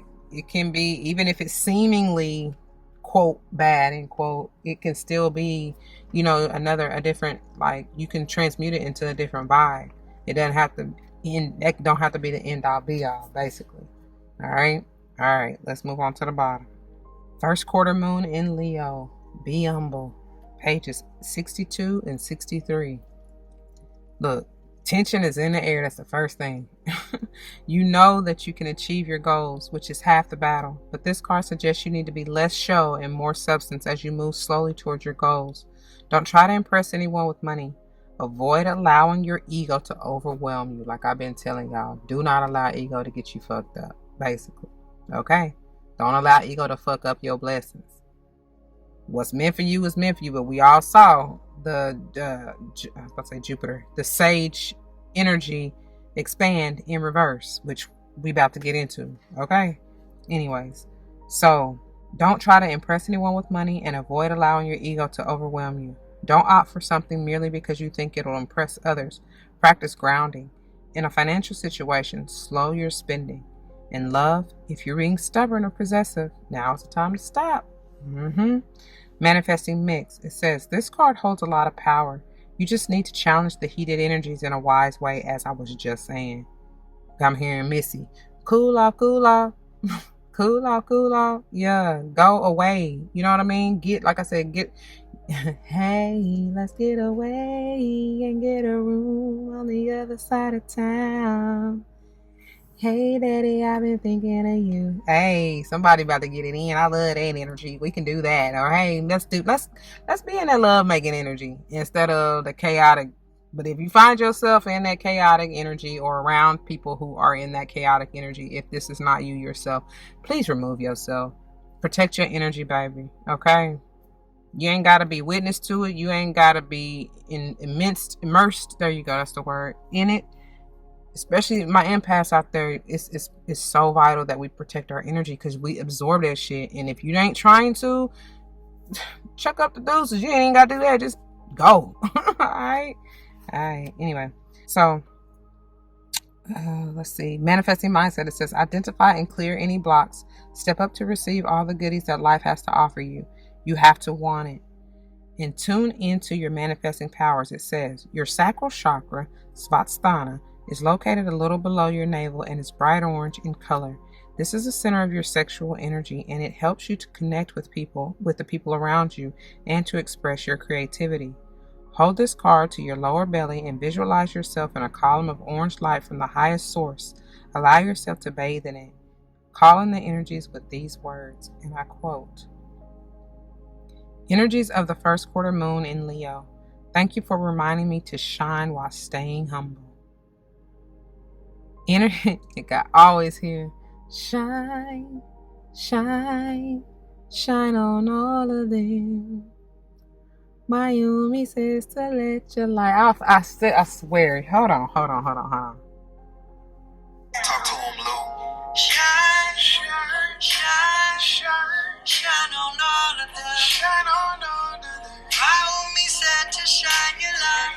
So shine on all of them. Hey, I'm telling you, that been coming up heavy over the past couple months. So I pray y'all listening and taking heed and doing it, baby. Like what he said, my Umi said to let your light shine, honey. Oh man. So energies of the first quarter moon in Leo. Thank you for reminding me to shine while staying humble. Okay, that's the key right there. When to manifest your magic. The best time to work your magic is when the moon is in Leo on a Sunday, the sun's day, or during the sun's hour. The first quarter moon in Leo takes place when the sun is in Taurus and the moon is in Leo. It knows that being strong doesn't mean being stubborn. And that's powerful because I just got through saying about that Taurus energy and the throat chakra with that new moon, new moon in Virgo. So it's connected. Or was it first quarter? It might have been first quarter moon in Virgo. Shoot, either way. All right, it's here. Moving on. All right, y'all. So now moving into the final deck, the Starcodes Astro Oracle, beginning with the number 9, Sagittarius Expand, pages 34 and 35. Sagittarius asks us to think big, travel far, and use our restlessness and curiosity to create. What I had said, fight or flight, and then it's basically that in and out potential energy, right? Who don't do that? I just heard hit it and quit it. Be mindful of what you're doing. All right, be mindful. Yeah. Anyways, immutable fire sign. Sagittarius' symbol is that of the centaur, half human, half horse, which epitomizes the connection between humans and the natural wild world. Sagittarius, yeah, because that's that. Okay. Thank you. They're bringing me back to the temperance at the bottom of the tarot, right? And I told y'all it's a balancing. That's exactly what that is. It's also, they're telling me patience. Temperance is also about having patience, especially for thyself as you go through. Because when you go through these changes, baby, it is not easy. And it takes time. It takes time to go through it. It takes time to deal with it. It takes time to process it, let alone for you to face it. You know what I'm saying? And then heal from it.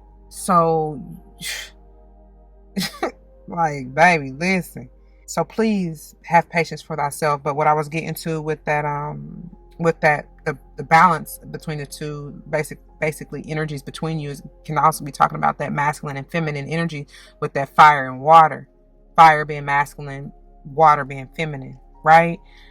Yeah. It's okay, that's what they were saying too. As far as like basically connecting with both your spiritual as well as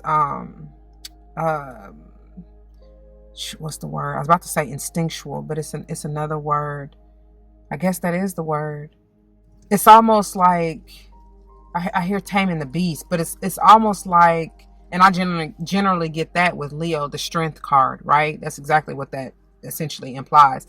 But what I'm getting to is the fact that like basically balancing your domesticated side with your animalistic side, if that makes sense. Because we all have it in us, and that's why I guess I was saying instinctual. It's just your native, your innate. You know what I'm saying?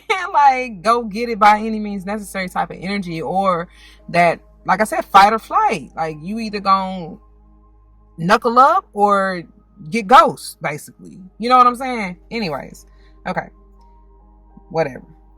So they want you to balance the two. That's why it's half human, half horse. Okay. Sagittarius, ruled by expansive Jupiter, rules the thighs, the muscles that propel our movement. The sun shines in Sagittarius November 22nd through December 21st. And I would add, because what I told y'all, I would add not only to the thighs, liver, hips, and sacrum. So you very well may be feeling sensations in any of those areas. Okay. And I already told y'all that lower back, that the root and the sacral, really to the solar plexus, but especially root and sacral, y'all about to be feeling it. I'm telling you, because I already am. So 333, as I looked up, was that 333? Maybe it was 353. Either way, that is a number for both of them. So action.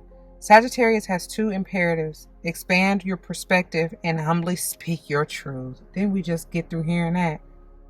Like that, this wraps it up. I gotta read that again. Sagittarius has two imperatives: expand your perspective and humbly speak your truth. And I feel like, because really what y'all want to pay particular attention to, which we're not there yet, but when I get to the challenge, reading of the challenge, pay attention to that, because there's a reason why the card is in reverse. And what I was going to say, I just like to read the entire thing so that you get the full aspect and the bigger picture, you know what I mean, of the energy in its totality. Okay, you put yourself where you fall, but that's why I want to give it all. Bars. Anyways, with that being said, though, with this being in reverse and what I just got through reading, and I had to reiterate it again, is because we just got through talking about, that's why the cards come out like they do.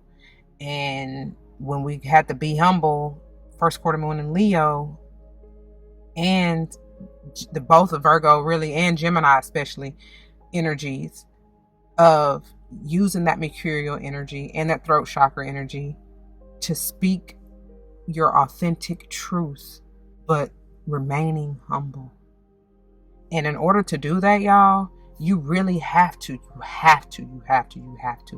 be at a space of inner peace, calm, stability, so that you're not popping off in that fire energy of rah, rah, rah. You understand what I'm saying? So that you're not being in that chaos, so that you're not flying off at the mouth and gonna regret everything that you said. Even if it has truth behind it, it's not gonna be received in the message. What am I trying to say? Like, basically that opportunity will be spent, right? To reach somebody, to touch somebody, to help somebody.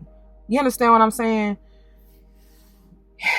Yeah, that's what I feel with that. Anyways, so let your perspective become versatile, flexible, and curious. Travel in the body or in the mind and explore larger philosophical, environmental. Wait a minute, that's a lot. Travel in the body or in the mind and explore a larger philosophical, environmental, or metaphysical context for this situation. Like I said, seeing the bigger picture. That's what they want you to do. Is going back to the header. So imagine you are, and I think I kept saying Cappy energy for that, and it's Sage energy. That's, oh my God, that makes perfect sense. Oh my goodness. Yeah, I kept calling it the new moon or full moon and Cappy, and no, the full moon and Cappy we do have at the bottom, but it's the tough cycle reaches conclusion, right? That's that Saturnian energy. Thank God, because now you're really about to be rewarded heavy, baby, for that hard work you had to go through. That Saturnian, that's long longevity. You know what I'm saying? That's payoff is huge. So, I mean, not to say that Jupiter's isn't. It's just, it can be fastly coming and fastly going. Like I said, it can be, not that anything's ever lost, but I told y'all, it can be taken away basically as a test very quickly. Even quicker than we got it. You know what I'm trying to say? Anyways, so let's get through this. It says, imagine you are on a mountaintop. Then I say, go. This is powerful. Look what they do. I told y'all about the mountains. The mountains are significant. And I told y'all, even in that, what is it, the Virgo, to pull yourself back, to retreat to that mountaintop, that hermit energy, right? Climb that mountain. Go down deep within your soul, even in this sage energy, and find the wisdom. Oh, goodness gracious. My stomach is on one. Okay. They moving, they talking. So it says, imagine you are on a mountaintop. Look down at your life from 1,000 feet up. Now take it further, like the astronauts who look down on our spinning green and blue globe and see no borders between countries. You are a global citizen. Change your life to reflect this reality. Like I said, you are the sun in your universe, baby. All right. Speak your truth. Remember the fairy tale, quote, the emperor's new clothes, end quote. A pair of con artists arrive at an emperor's court claiming to make beautiful garments. They say their creations are only visible to people of quality. Incompetent people can't see the clothes. No one in the emperor's court wants to admit they can't see the supposedly intricate garments, and the emperor wears his new clothes on parade. Only one honest Sagittarian-style boy speaks up without rancor, states the obvious. The emperor is naked and breaks the spell. I love that. Ask what spell you need to break and speak up. Come on. There's no coincidence. That's why I kept saying, and I was feeling that Saturnian and Jupiterian energy are linked somehow, and that is it. Because I told y'all, it keeps coming back up with this Sage and Cappy energy overlap or whatever. That that maybe even karmic, because I told you karma is tied to Saturn. Yes, that's husband and wife essentially. But because you have completed this achievement, this cycle, this strenuous, I hear and feel, very challenging, let's say, cycle with Saturn and dealing with your karma, and because of the hard work that you put in with your dharma, now you are receiving that blessing. 909 on the timer, that or maybe that was 59. Either way, 909 and 959. Okay. It's a lot, y'all. They're giving it to me. It's a lot. You are receiving your rewards, baby. That's that luck that people like to talk about. That's why I say it's fortune. It's destiny. It's part of the blessings and gifts that were meant for you to begin with. That's why you signed up to go through this, so that you could get this accolade or this piece of success, you know what I'm saying? Whatever that means for you. I'm being careful with my words because, you know, I'm not limiting it. And that's because you have thought big, like they said. And if you aren't quite yet, that's why they want you to step back. Understand the whole, that's why I said don't take it personal, baby. Baby, baby, baby, baby, baby. They want you to see, you know. As I look back over my life and I think things over, you see how truly blessed you are. It was 11:22. Anyways, we've been on this for 11 minutes. Good God, come on. Okay, so the challenge. This is where you really need to pay attention, all right? Just because you see it doesn't mean you have to say it. Timing and pacing are everything. Be honest, not mean.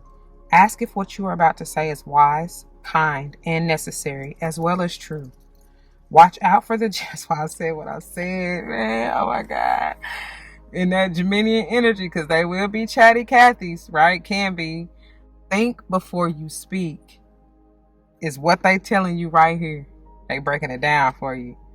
And this is probably very difficult for many of us. Because like I said, we just be ready to, like, it's the truth.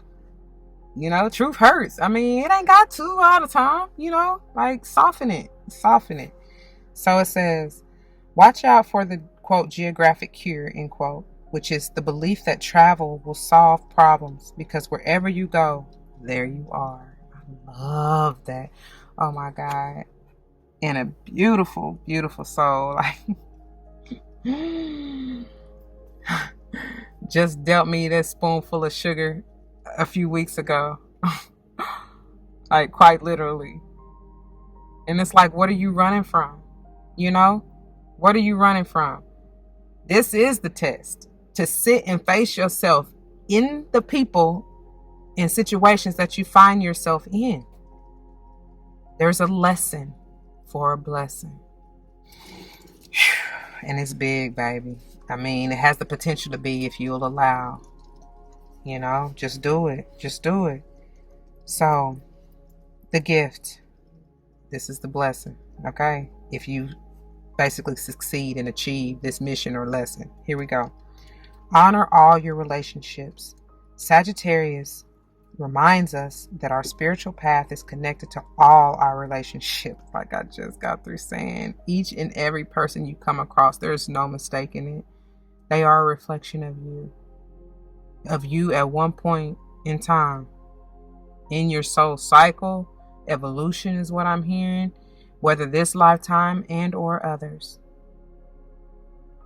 It's things even from, you know how we talk about like ancestral cycles and baggage and whatever else you want to term it. I don't like to use, you know, the word curses, but whatever. It's that shit too for you to see, because you, my dear, especially if this resonates with you, have been chosen to heal it, to break it, to end it once and for all, forever and ever. Ashe. Oof. Oh, I see the number 6. That's important. Oh my gosh. That is all about balance, love, and harmony and peace. Family, kids. That's what you're doing it for. Understand that. You're doing it for generations to come after you. It ain't just about you. That's the thing.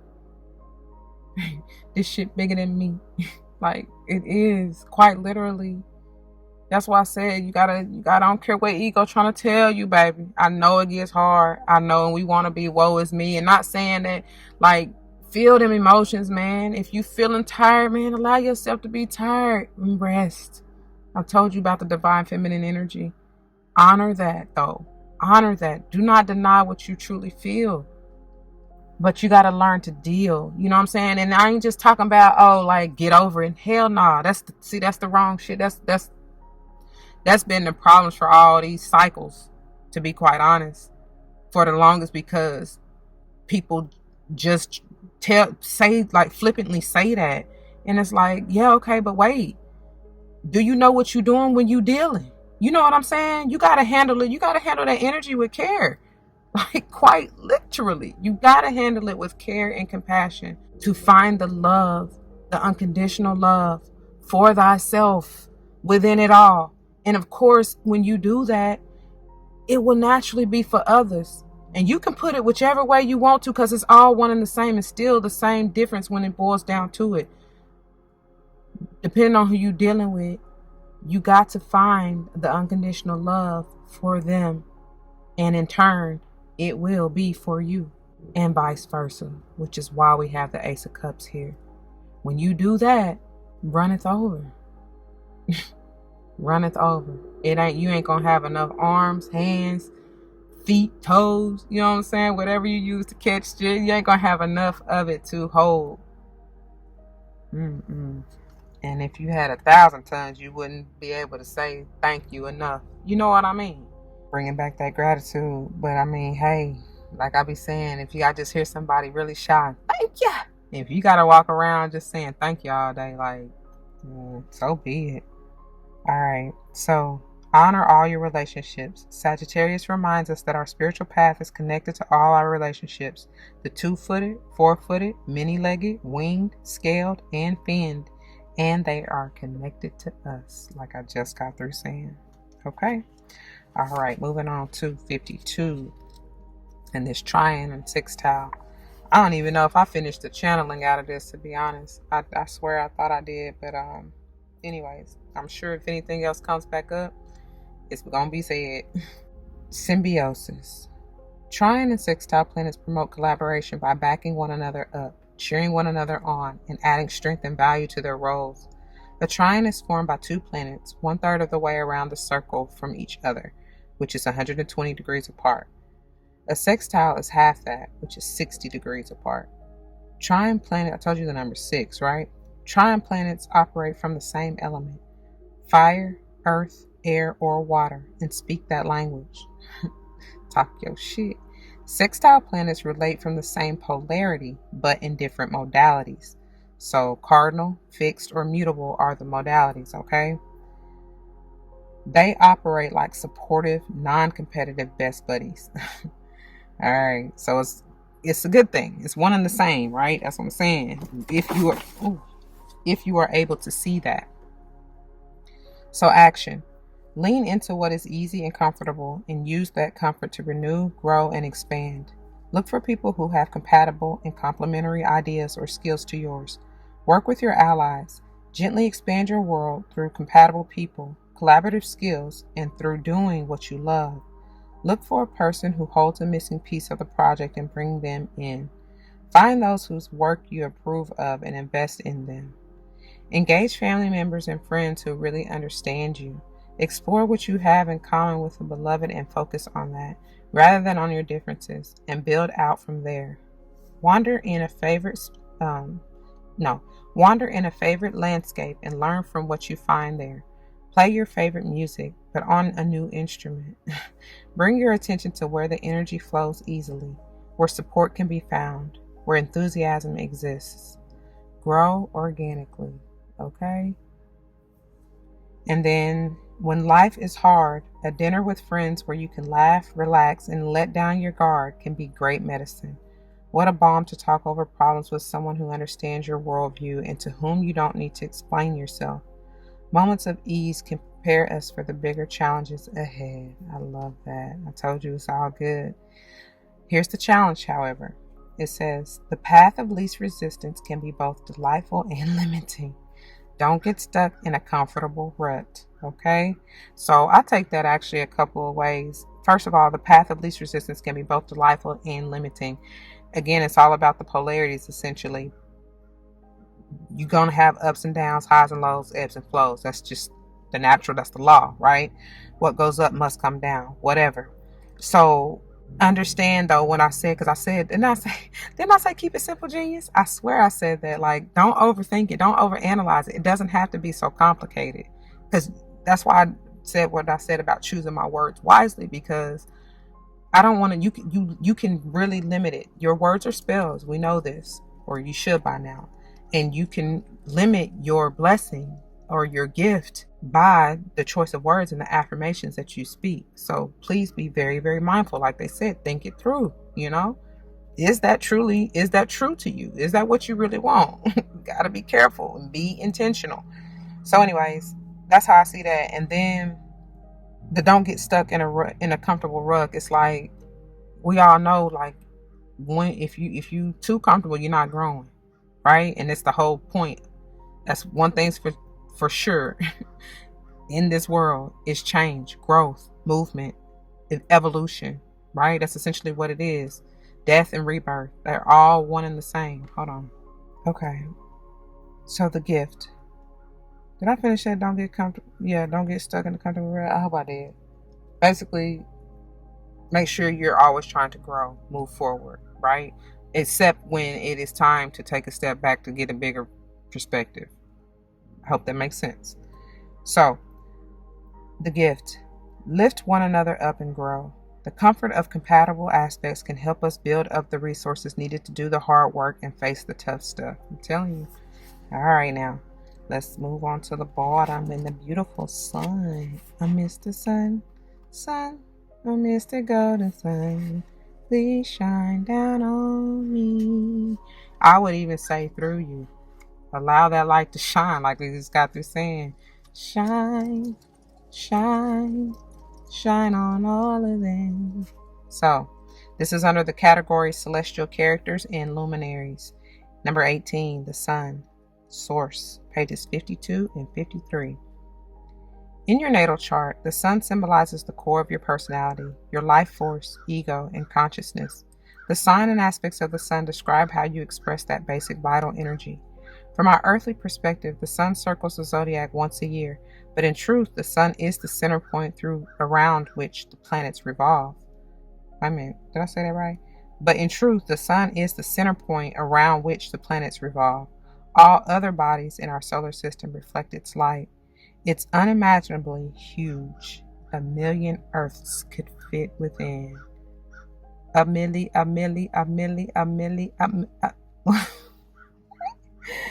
Hey, that may be y'all blessing on. For some of you, that's what it is. But listen, and I'm hearing the world is your oyster. So yeah, so really, they say it take what? The solar return, your birthday, right? Oh, that's crazy. Now I just have a newfound perspective on it. It's like that should be the time of honestly returning to thyself, right? Essentially. I told y'all you're the sun of your universe.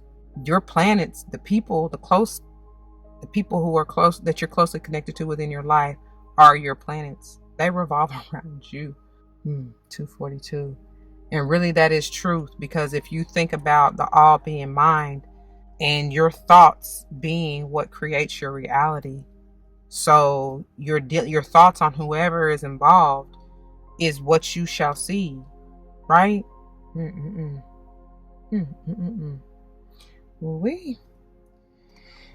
right. Anyways, the action. The sun's light shines through the teacher, actor, lover, leader, those who use their enthusiasm, warmth, and charisma for a common good. It's time for you to take center stage. Let the sun's light flow through you and shine, illuminate, and energize your surroundings, and use this to be of service. Notice what feeds your vitality and work with it. As you let the sun flow through you, your health will improve. You will draw support to your energy and enthusiasm. Step into your potential. If you are asking about a project, notice how the vitality flows through the design and clear the path.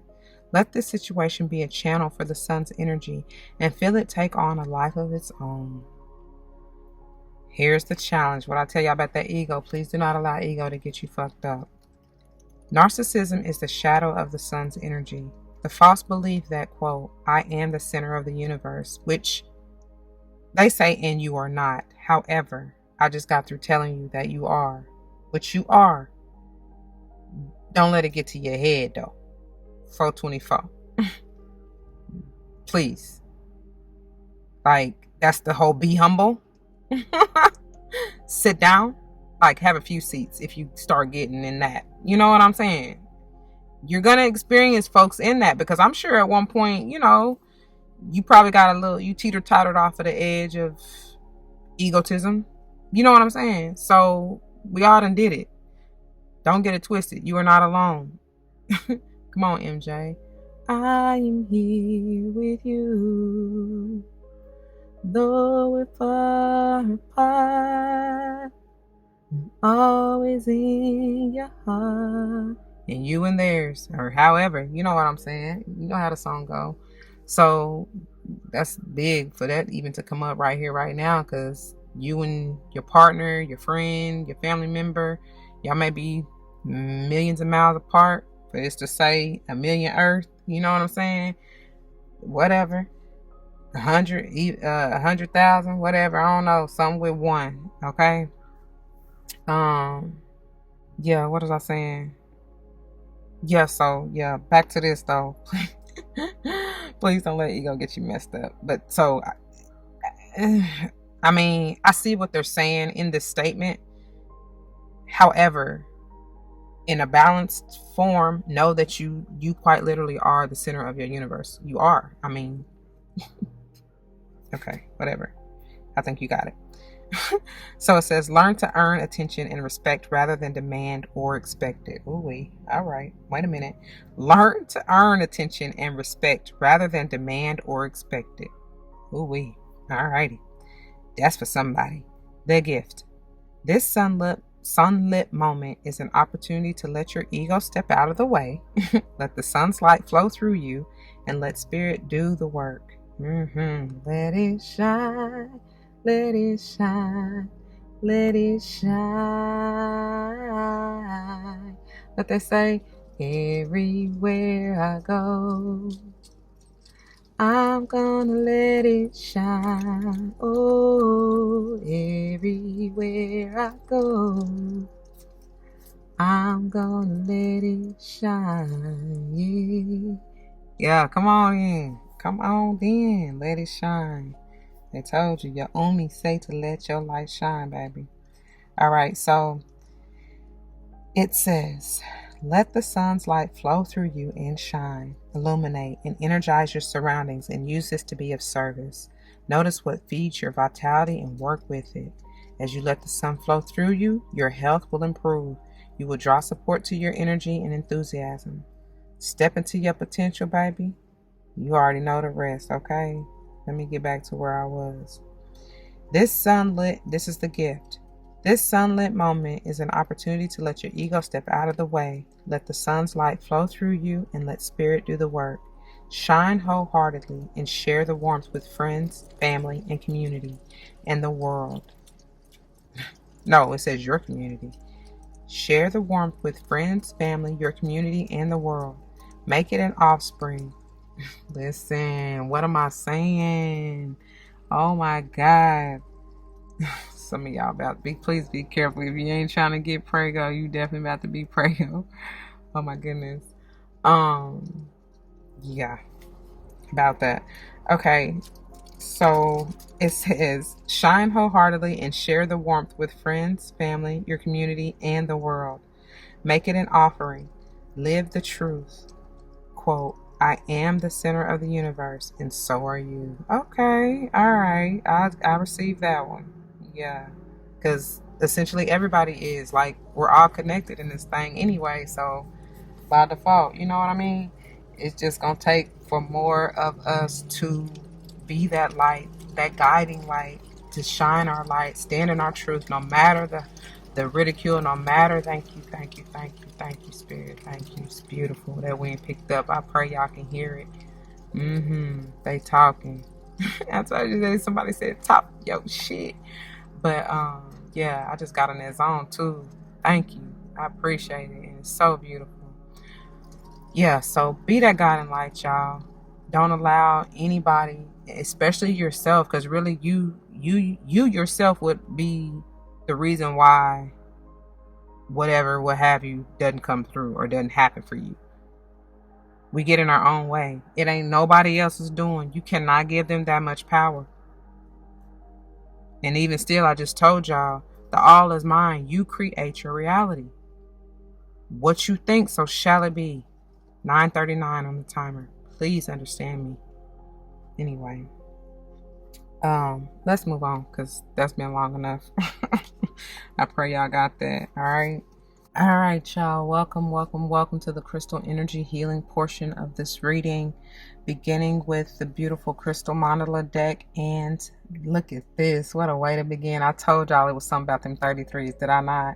You are mastering something.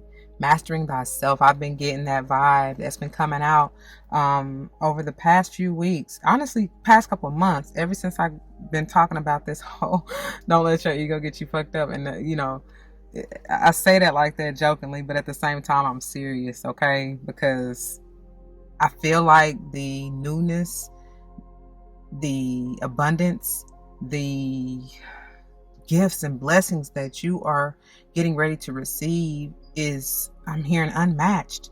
You can't measure. You can't even quantify it. You know what I'm saying? Like, it ain't no amount of dollar sign or whatever you can even put on it that would do it justice. These are eternal blessings. Ashe. You know, like, man, you could have been struggling lifetimes with this bitch. You could have been, especially even this lifetime, like it feels like, even this lifetime, it feels like forever. Why am I hearing R. Kelly? I was going to say, seems like you're ready. But you had to go through these tests for that. To make sure, y'all, to make sure you ain't gonna flop it, you ain't gonna drop it, you ain't gonna muck it up, you know? But it's a blessing. Ain't no coincidence I cropped it with this particular coaster. It truly is, and you are. And this is bringing me that beautiful sun energy, like golden. Living my life like it's golden. Living my life like it's golden. Come on, Jill. That's how you gonna be. That's how you better be. Because it is. Like, for real. And again, it's telling you, your time to shine. This is all about that solar plexus chakra, in case you didn't get it. Let's get it spot and get it flicking. This is a glow. This is, oh my God, your aura is just radiant, dear. I told you, like, you are the center of the universe. And so is whoever else that you're looking at. So honor that, admire that. That's what I'm saying. Any and everything you deal with is showing you. From the birds and the bees to the grass and the trees, like quite literally. I don't know. It's your time though. This is my season for grace, for favor. 252. This is my season to reap what I have sown. What he said, I've got a seed in the ground, and I'm knowing that it's growing, and soon you are going to say, I've got a seed in the ground, and I'm knowing that it's showing. And how can you deny that? 333, baby. Oh my goodness. Y'all may start seeing threes heavy. Like, no lie. Threes everywhere. Everywhere you turn. 33, 333, 33, 33. I don't know. You just gonna be seeing threes, and that is your confirmation. Trust me. Because right around that corner, because threes are all about that growth, that potential. You know what I'm saying? That ascension, that leveling up, that alignment, which you have to be. You know what I mean? For that Kundalini to rise. It's rising. That's why I said y'all may truly start feeling sensations beginning at the root and sacral, at the base, right? Your foundation is being built up to last a lifetime, is what I'm hearing as well. But the energy that you possess within, you know what I'm saying, there, and or coming into, or finally recognizing or admiring and loving within you, ooh. It's explosive. I'm telling you. Oh. And it starts from deep within. And it's like, I'm hearing, eye of tiger, Whatever, Rocky, come through. Y'all, hey. I'm manifesting some. All right, Londrell. Manifesting money. Yeah, somebody truly is. Pages 152 through 155, 33, Ascended Master, Helios, and Citrine. Your time to shine. We bring you the blessing of your time to shine. On the divine path, you gain empowerment through surrender and alignment with divine consciousness greater than your own. As you choose to surrender into higher consciousness through prayer and intention, you are held in the field of divine protection. You also gain strength, wisdom, and understanding. You release fear and gain love's power. You become increasingly radiant, what I said, discovering more of your own divine identity. At some point on your path, this is always, that's what I say. At some point on your path, this is always happening for you on the inner planes. You will be ready to perform a similar function on the outer planes in the world of forms. This is when you would, okay, I'm about to trip because I told y'all from the get-go, what are you envisioning or what you really working with in the ethers? In your dream world, in the spirit realm, like, baby, you better put it to action. I'm telling you, that's what they're talking about because it's already going on. Like they said, whilst is already, how she said, whilst this is always happening for you on the inner planes, right? Inner, inside, you are your own universe, right? Internally, which is what? Spiritually, on a soul level, right? Because that's what's in the inside. This physical avatar is just a vessel, right? Anyways, wow. Okay. So it will be ready to perform a similar function for you in the outer planes, in the world of forms, which is the physical, the material. Do you understand? It's all one and the same. As above, so below. So within, so without. That's what that is. So, let's see. This is when you will be asked to bravely shine your light to help those in need. Be that guiding light, please. Perhaps lost or in darkness of some sort in the physical world. So I'll read that in its entirety. They just be rude, be interrupting.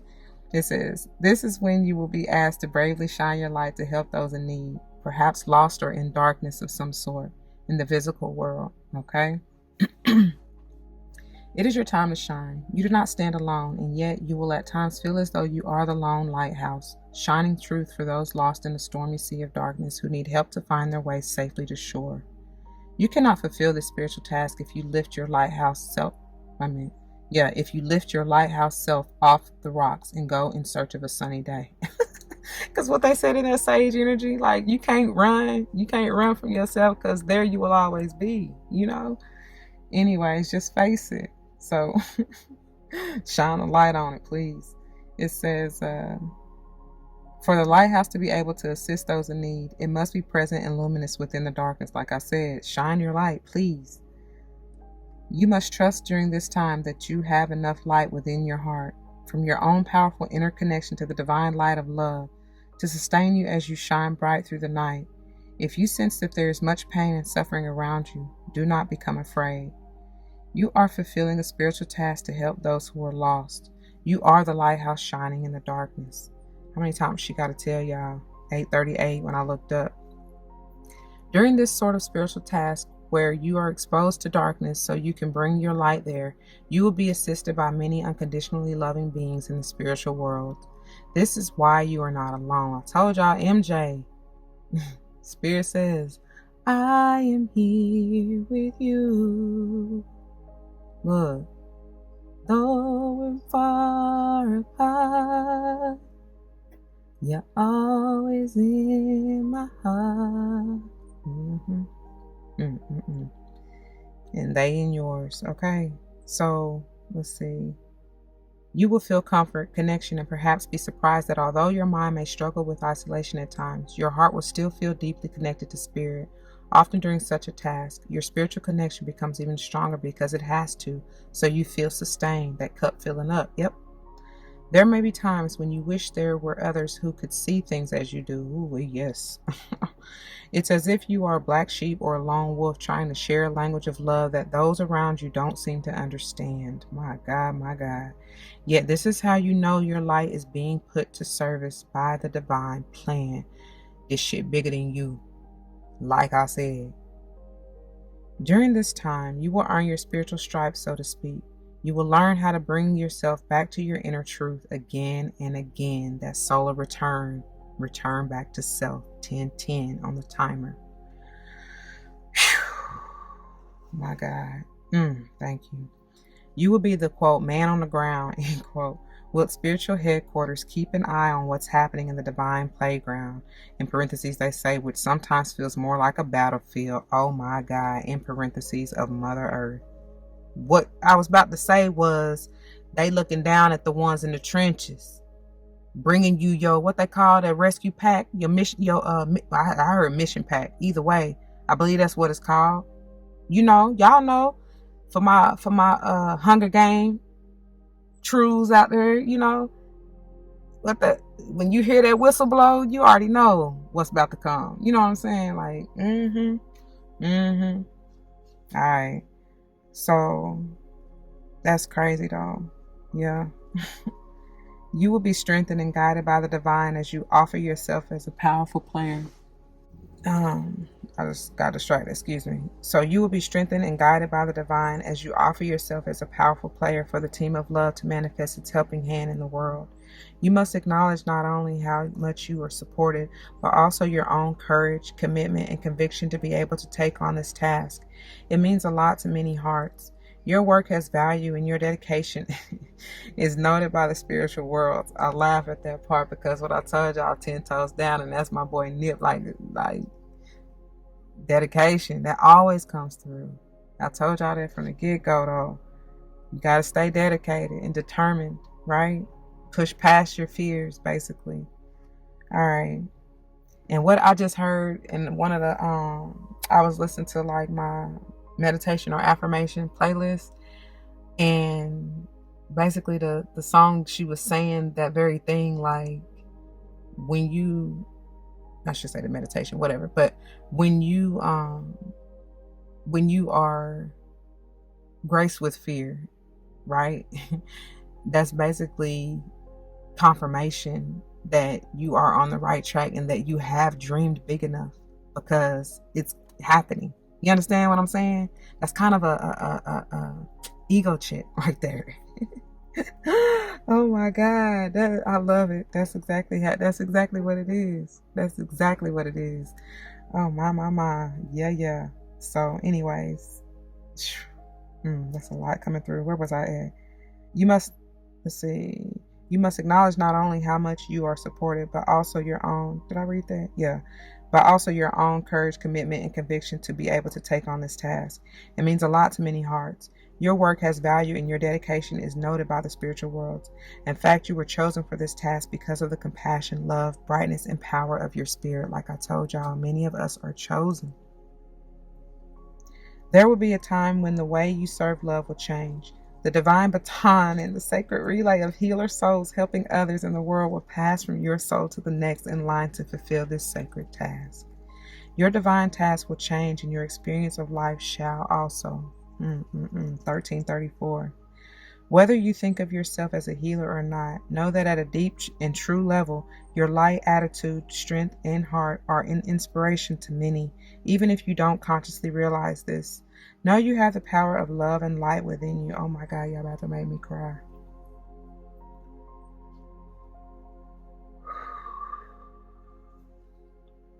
Even if you feel the waves of the storm wash over you at times, and you yearn for the end of the dark night. Oh my gosh.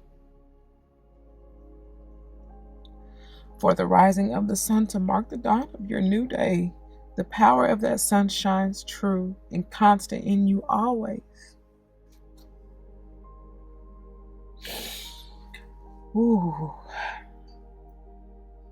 It is only a matter of time before the night becomes the dawn, and whilst you and others are in the darkness before that dawn, your light is shining bright. Oh, that is beautiful.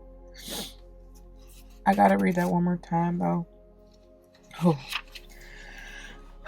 Give me strength, please. So it says, whether you think of yourself as a healer or not, know that at a deep and true level, your light, attitude, strength, and heart are an inspiration to many, even if you don't consciously realize this. Know you have the power of love and light within you, even if you feel the waves of the storm wash over you at times, and you yearn for the end of the dark night, for the rising of the sun to mark the dawn of your new day. The power of that sun shines true and constant in you. Always, forever and ever, Ashe. I'm telling you, y'all. I'm telling you. It's beautiful too. It says, it is only a matter of time before the night becomes the dawn, and whilst you and others are in the darkness before that dawn, your light is shining bright. It's radiant. Radiant. So, here we go with the healing process. And once again, you don't have to have the deck nor the card. Envision the energy they're telling you and so mote it be, okay? Where they're telling you, right? So to integrate this guidance, you may like to say this invocation now. I call upon the crystal angel of citrine and ascended master Helios who love me unconditionally. Thank you for the divine healing blessing of my time to shine. May my light be self-perpetuating, shining the truth of love I can feel in my heart, and that is felt in the hearts of all that need encouragement in their dark night to be brave enough to stay true until the dawn breaks. Thank you. I receive that. I receive it. May peace, hope, optimism, and joy fill me through my spiritual connection and radiate out into the world. Yes, I say, Ashe. May all beings who struggle, suffer, feel lost and afraid be warmed by love and uplifted by the light. Through unconditional love, divine compassion, and my own free will, so be it. If you wish to further integrate this guidance, hold the oracle card with the mandala image facing inwards at your solar plexus chakra over your abdominal area. Relax and breathe in and out several times, then say aloud, I choose of my own free will, through this and any lifetime, and through all layers of my entire being, to release doubt in myself and in spirit and associated belief systems. I believe in my divine connection and I honor the strength of my spirit. As I shine my truth here in the world with joy, with peace, with creativity, and with happiness, I bring comfort to many souls in need. May divine comfort, reassurance, and light reach into the hearts, minds, and souls of all living beings. Through divine grace and unconditional love, so be it. Hold the oracle card flat between your palms so you can place your hands in prayer position with the oracle card between them. Bow your head and say, May divine love bring light to the darkness and hope to the lost. May all beings receive the light of love without fear, according to divine compassion and in service to great divine plan of love unfolding, so be it. And finally, you can finish your healing process with this affirmation said aloud 3 times. I shine my truth, radiant with divine compassion, bringing light into darkness. I shine my truth, radiant with divine compassion, bringing light into darkness. And one more time for the divine, 1828. I shine my truth, radiant with divine compassion, bringing light into darkness. Okay? All right, let's move on. Okay, y'all, let me hurry up for my battery completely gives out on you. Moving on into Goddess Gaia and Ocean Jasper, and because people starting to fill up in here, and I'm trying to get gone before school is let out. So it goes without saying the number 45 may be important to you. The numbers 4, 5, and or 9 may be important to you, as well as y'all see them 8s down below, 888. This is the world. We are the world. We are the children. We are the ones to make a better place. So let's start giving. Okay? MJ coming through again. For the winner, the banger. Anyway, also allow, I'm hearing not my will, but thy will be done. But either way, it still needs to be of good, of I was getting ready to say decency, but even decency is a little like, you can be better than decent. You know what I'm saying? Push yourself to be the best, basically. And it's not in a, again, not in an egotistical way. It's just that that's just about the growth. Like you go through workouts to be stronger, right? That's all. Plus, this is something about like strengthening even your mind to be able to battle any other ill wills or negative low vibing energy, so that you can be in that attitude of gratitude, you know what I'm saying, so that your abundance can come through, right? Yeah, because I can see it's kind of, I don't even know why it almost a tornado, girl, like it's a whole tsunami, but I love it because it's the feathers, which is bringing me, that's like the glow, right? That's the swirl. That's what it, I feel like it's almost a beautiful bird, some kind of tropical bird or something in a ball, which is funny because now I'm quite literally seeing that. And it's like something about balancing polarities, because I'm seeing air and water, really all of the elements, but especially air and water are coming up. But there's like some kind of, I don't want to say demon, but whatever. It's not, it doesn't feel very good in energy that's lurking in the waters, like in the shadows even. So again, that could just be like ego, your fears, whatever, what have you. Because for me to get on this vibe right here, this is something new that I've seen with this, just now seeing as of today with this card. You know what I'm saying? I ain't never seen it like this before. But it's something about, like I said, battling or balancing the mind, your will, the ego, your light and dark, you know what I'm saying? Your polarities. Finding that gray zone. They keep going back to that. That's probably going to be the title of this. I'm for real.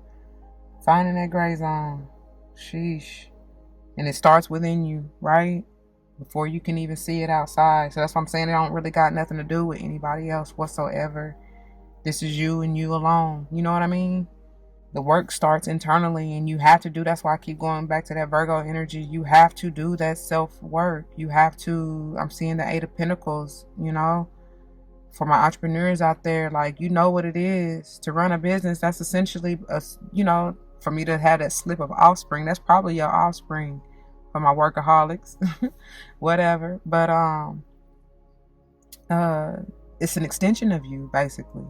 So you got to nurture it. You got to take care of it, just as if you would do for yourself, or better, to be honest. You know what I mean? And I'm saying, like, you got to do that for yourself, most importantly, because that's where it starts. In order to, if you're trying to conquer your mind, for those of you who may find yourself in that chaotic energy and your thoughts running rampant, you know what I mean, like got you anxious and shit because you worried about shoulda, coulda, wouldas, and he said, she said bullshit. It's like, yeah, no. Nah, I don't know about y'all, but I'm tired of it myself. So I really be having to talk myself off to, like, man, come on, sis. Like, it's cool. Just calm it down. You know what I mean? Anyway, it was when I looked up, because I'm trying to get something out of my eye, but when I actually looked at the clock, it was 4:46. But I know when I looked up, it was 4:44, because it didn't take me but a second to look, right? Or two. Anyways, moving on, y'all, because y'all know these readings can be kind of long. So I'm gonna make sure I am not getting anything else before we do, because I've been getting all kind of channel messages and get off track with them. Not off track. I go where I'm supposed to go, but it's just they got a lot to say. Chatty Cathy, man. All right. But it's something too about the center of you and allowing that Kundalini to rise, okay? I'm telling you, because I see the jasper in the center there as a snake, right? That's coiled. Yeah. That's all about transformation and that scorpionic energy. My God. Your world is changing. Whatever that means for you. Your world quite literally is changing. 554, 555, okay? And you may definitely, because Jasper is very good for detoxing, for cleansing, for grounding even. So you very well may want to work with it, especially going through this transformational period, because it's cleansing, right? It's detoxifying, if you will, as well as stabilizing. So powerful. And then with that earth energy anyway, y'all already know. Gaia, Pachamama, like, get out, put your feet in the mud, thank them. Thank them for the energy, for the renewal, for, the rebirth, for the stability, for all that. Just be grateful, okay? Pages 199 through 201. 45, Goddess Gaia and Ocean Jasper. Goodwill. We bring you the empowerment of goodwill. There is a type of spiritual power you can co-create which benefits and protects you whilst mutually empowering others to take their journey and experience divine success. This spiritual power, known as goodwill, is generated by how you feel inside and the attitude you cultivate towards others. When you know you have value, it is easy to recognize the value in another. When you feel encouraged by the universe, it is easy to encourage others as you put out support. Hold on, that's a period.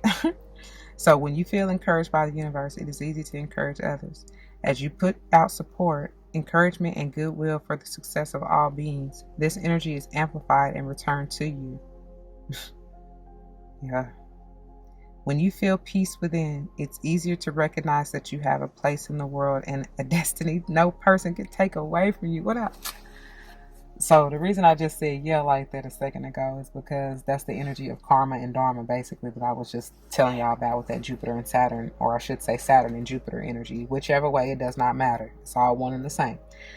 The other thing is, what I say, when they said, when you feel peace within, it's easier to recognize that you have a place in the world and a destiny no person can take away from you. What did I tell y'all earlier? That's exactly what I said earlier, right?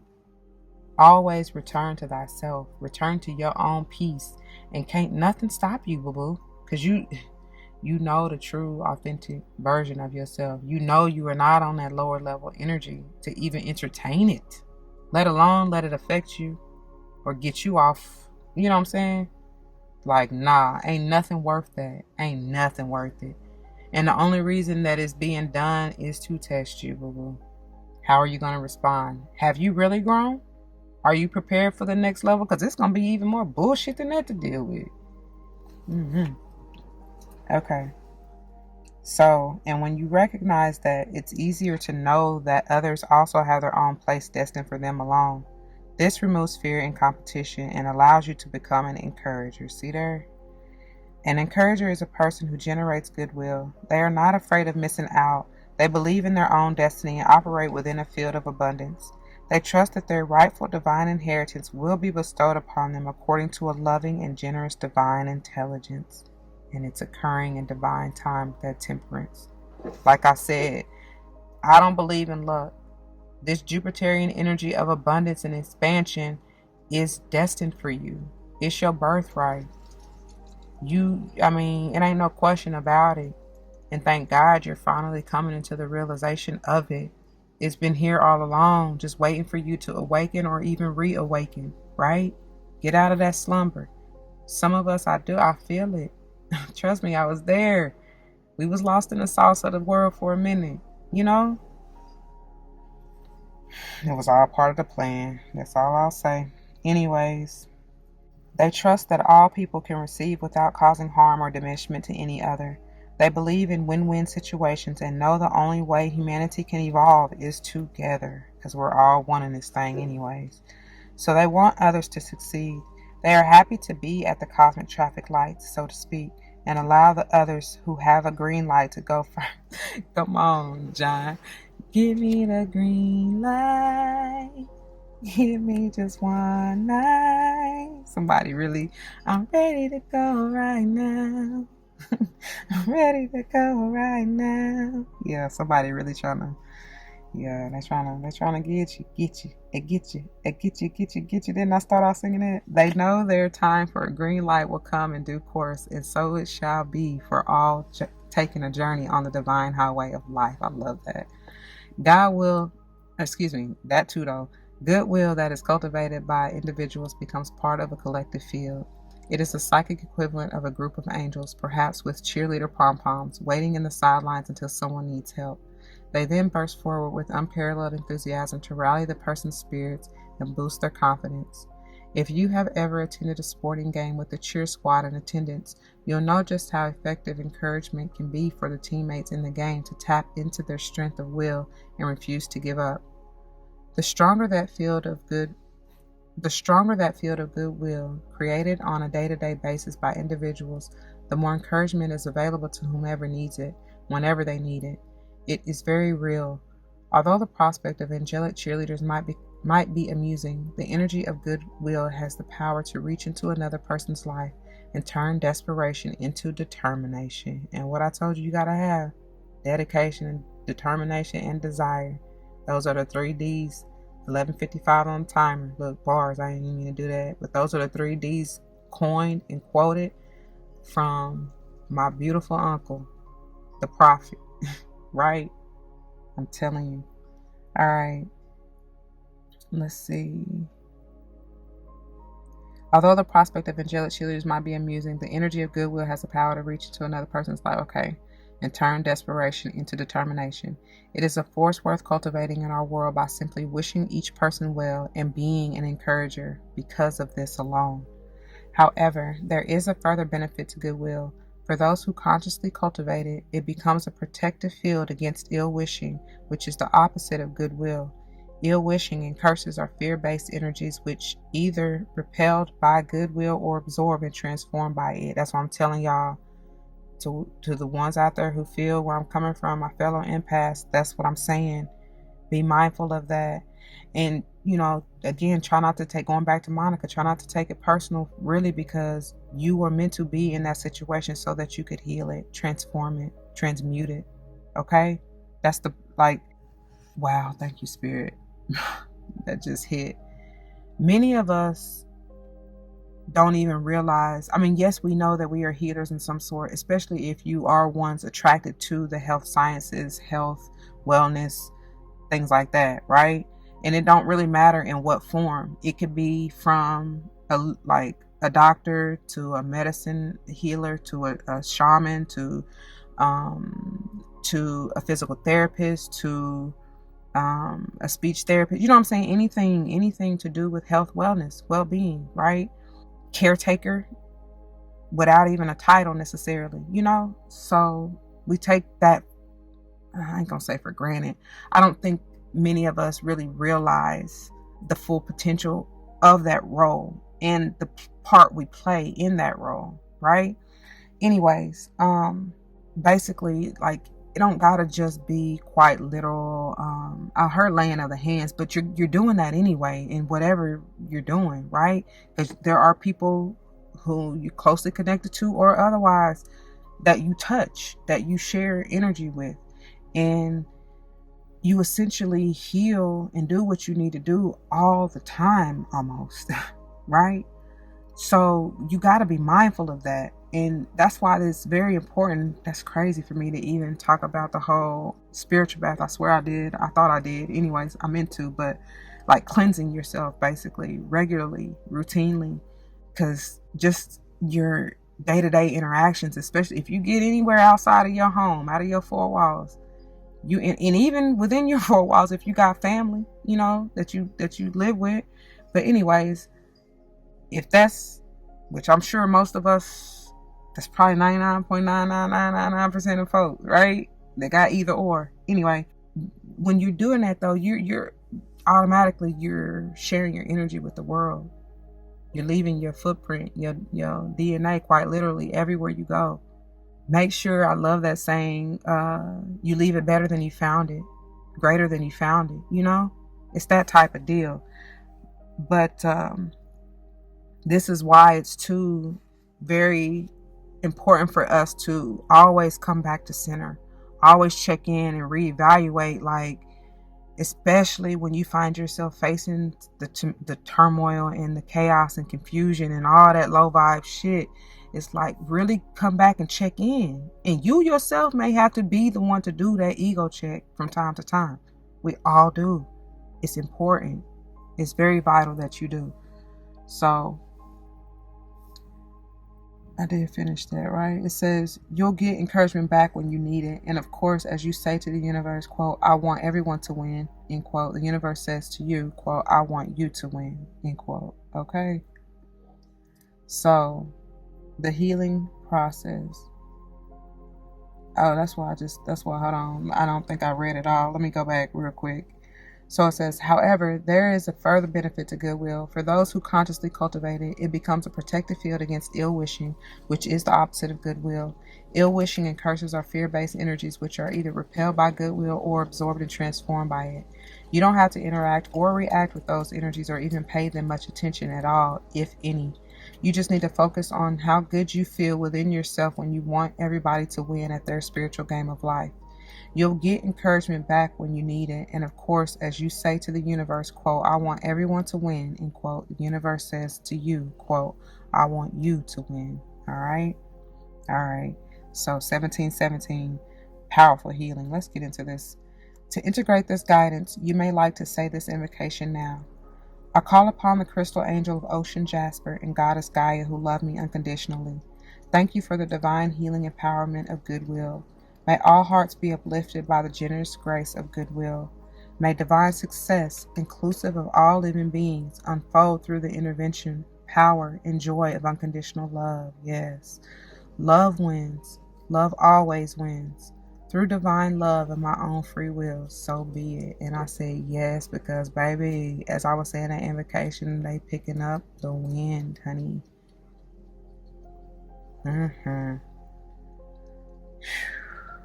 If you wish to further integrate this guidance, hold the oracle card with the mandala image facing outwards at the thymus chakra, which is at the upper half of your chest between the heart and the throat.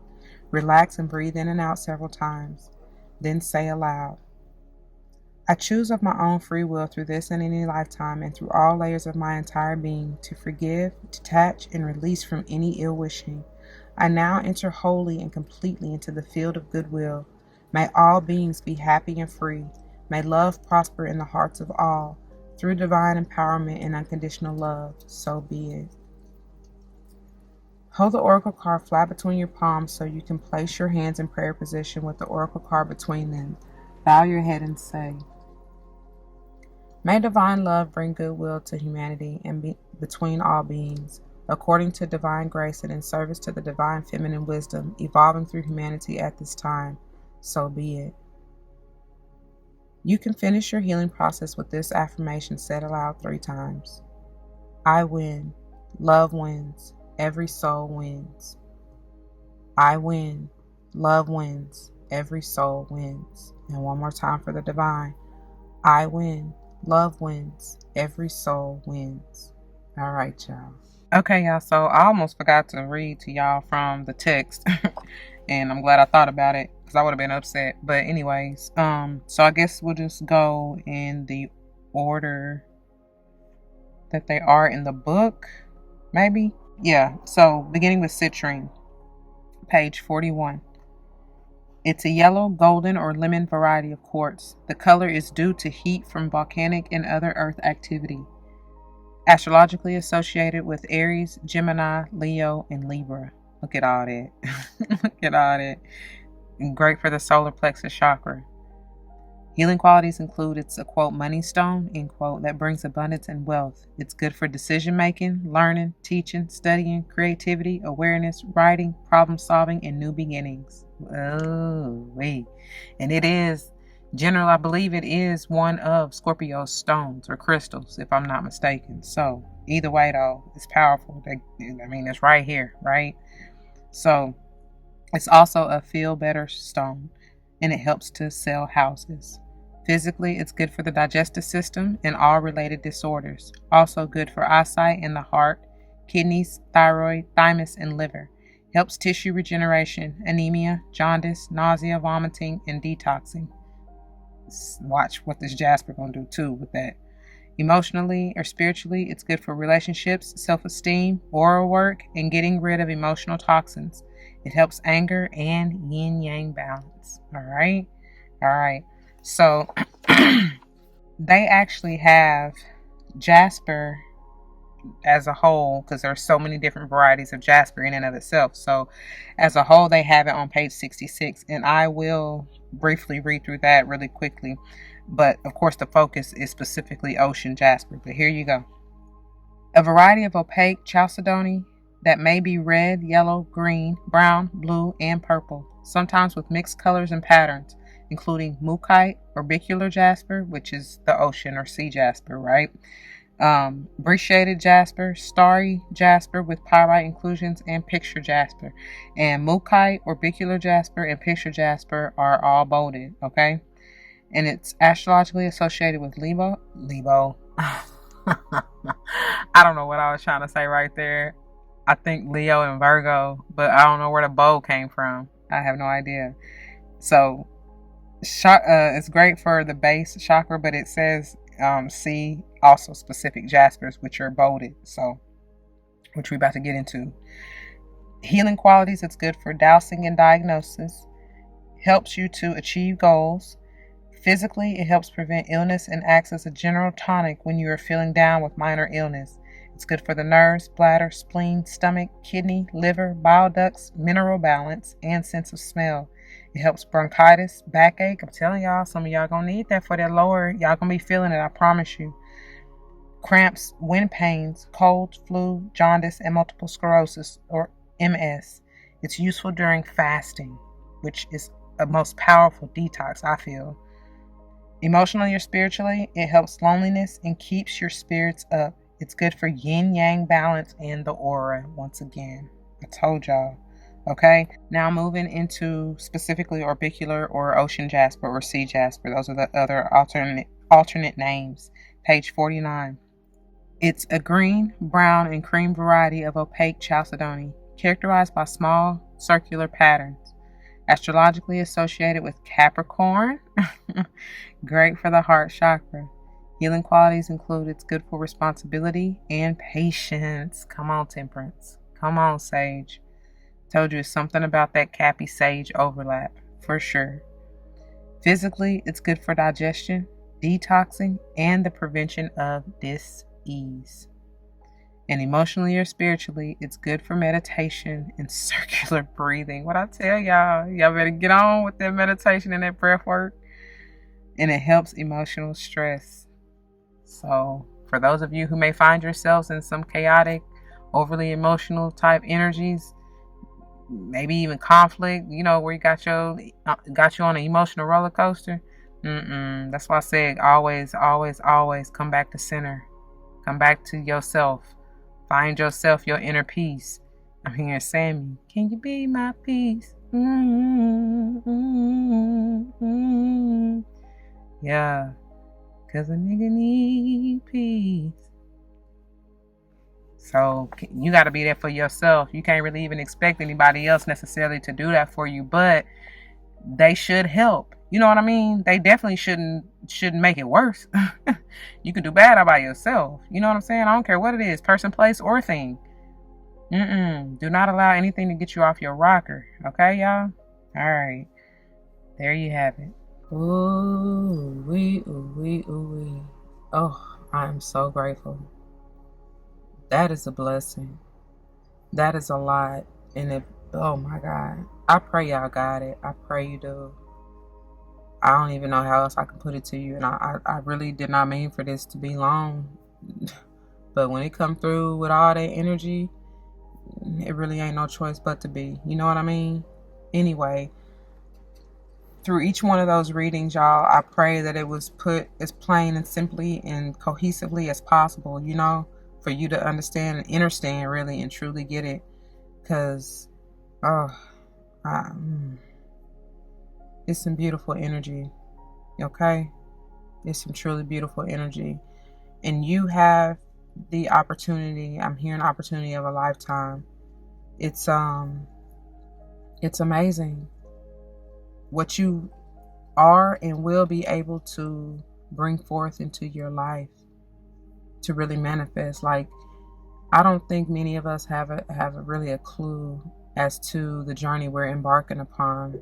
Like, man, to really step into your power and really, like, it's one thing, to talk about it. And for those of you who don't know by now, you already know what I say. In order to talk about it, you got to be about it. You have to have them been about their life and lived it. How can you talk about something you have no idea about? So, anyways, with that being said, be careful of false prophets. I don't know who that's for.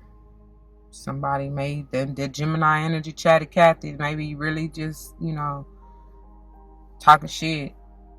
Come here and walk it like I talk it. Hey, walk it like I talk it. So you basically, like, the proof is in the pudding. You'll know how, you know what I'm saying? You'll know a person's true intention by how they really carry themselves. Not putting on the show. Once you get through the ego and the facade and all that bullshit, you know, really see them, right? You'll know.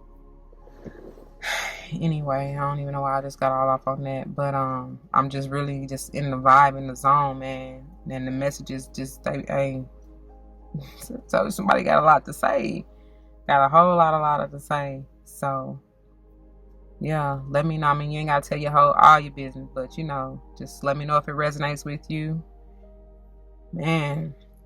I pray that it does. I pray you gathered something from it. Like I said, if nothing else, know that I love you. Okay. All right, y'all, we're gonna leave it there.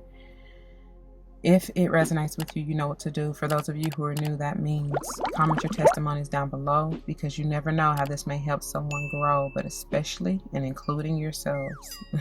Pray that's what you're here for. That's what I'm here for, you know? Anyways, until the next one, y'all, please don't forget your love and life, because it truly makes everything all right, and you're gonna need that to shine, my dear, right? Whether or not someone comes to mind, please do like, comment, share, and subscribe if you haven't already. And thank you so very much for doing so.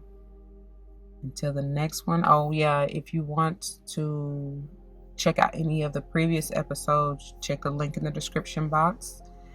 As well as if you're looking for anything else or want anything else, y'all check the playlist on my channel. There are plenty more pick a cards, zodiac readings, even other general readings, rituals, healing. That's what we all about. So there are all kind of stuff. I mean, like I said, check my playlist. I try to put them in such a way where it's easy to, you know, navigate through, self-explanatory as far as what you may find there. Okay? All right. Anyways, be easy. I love you. I love you. I love you. Deuces.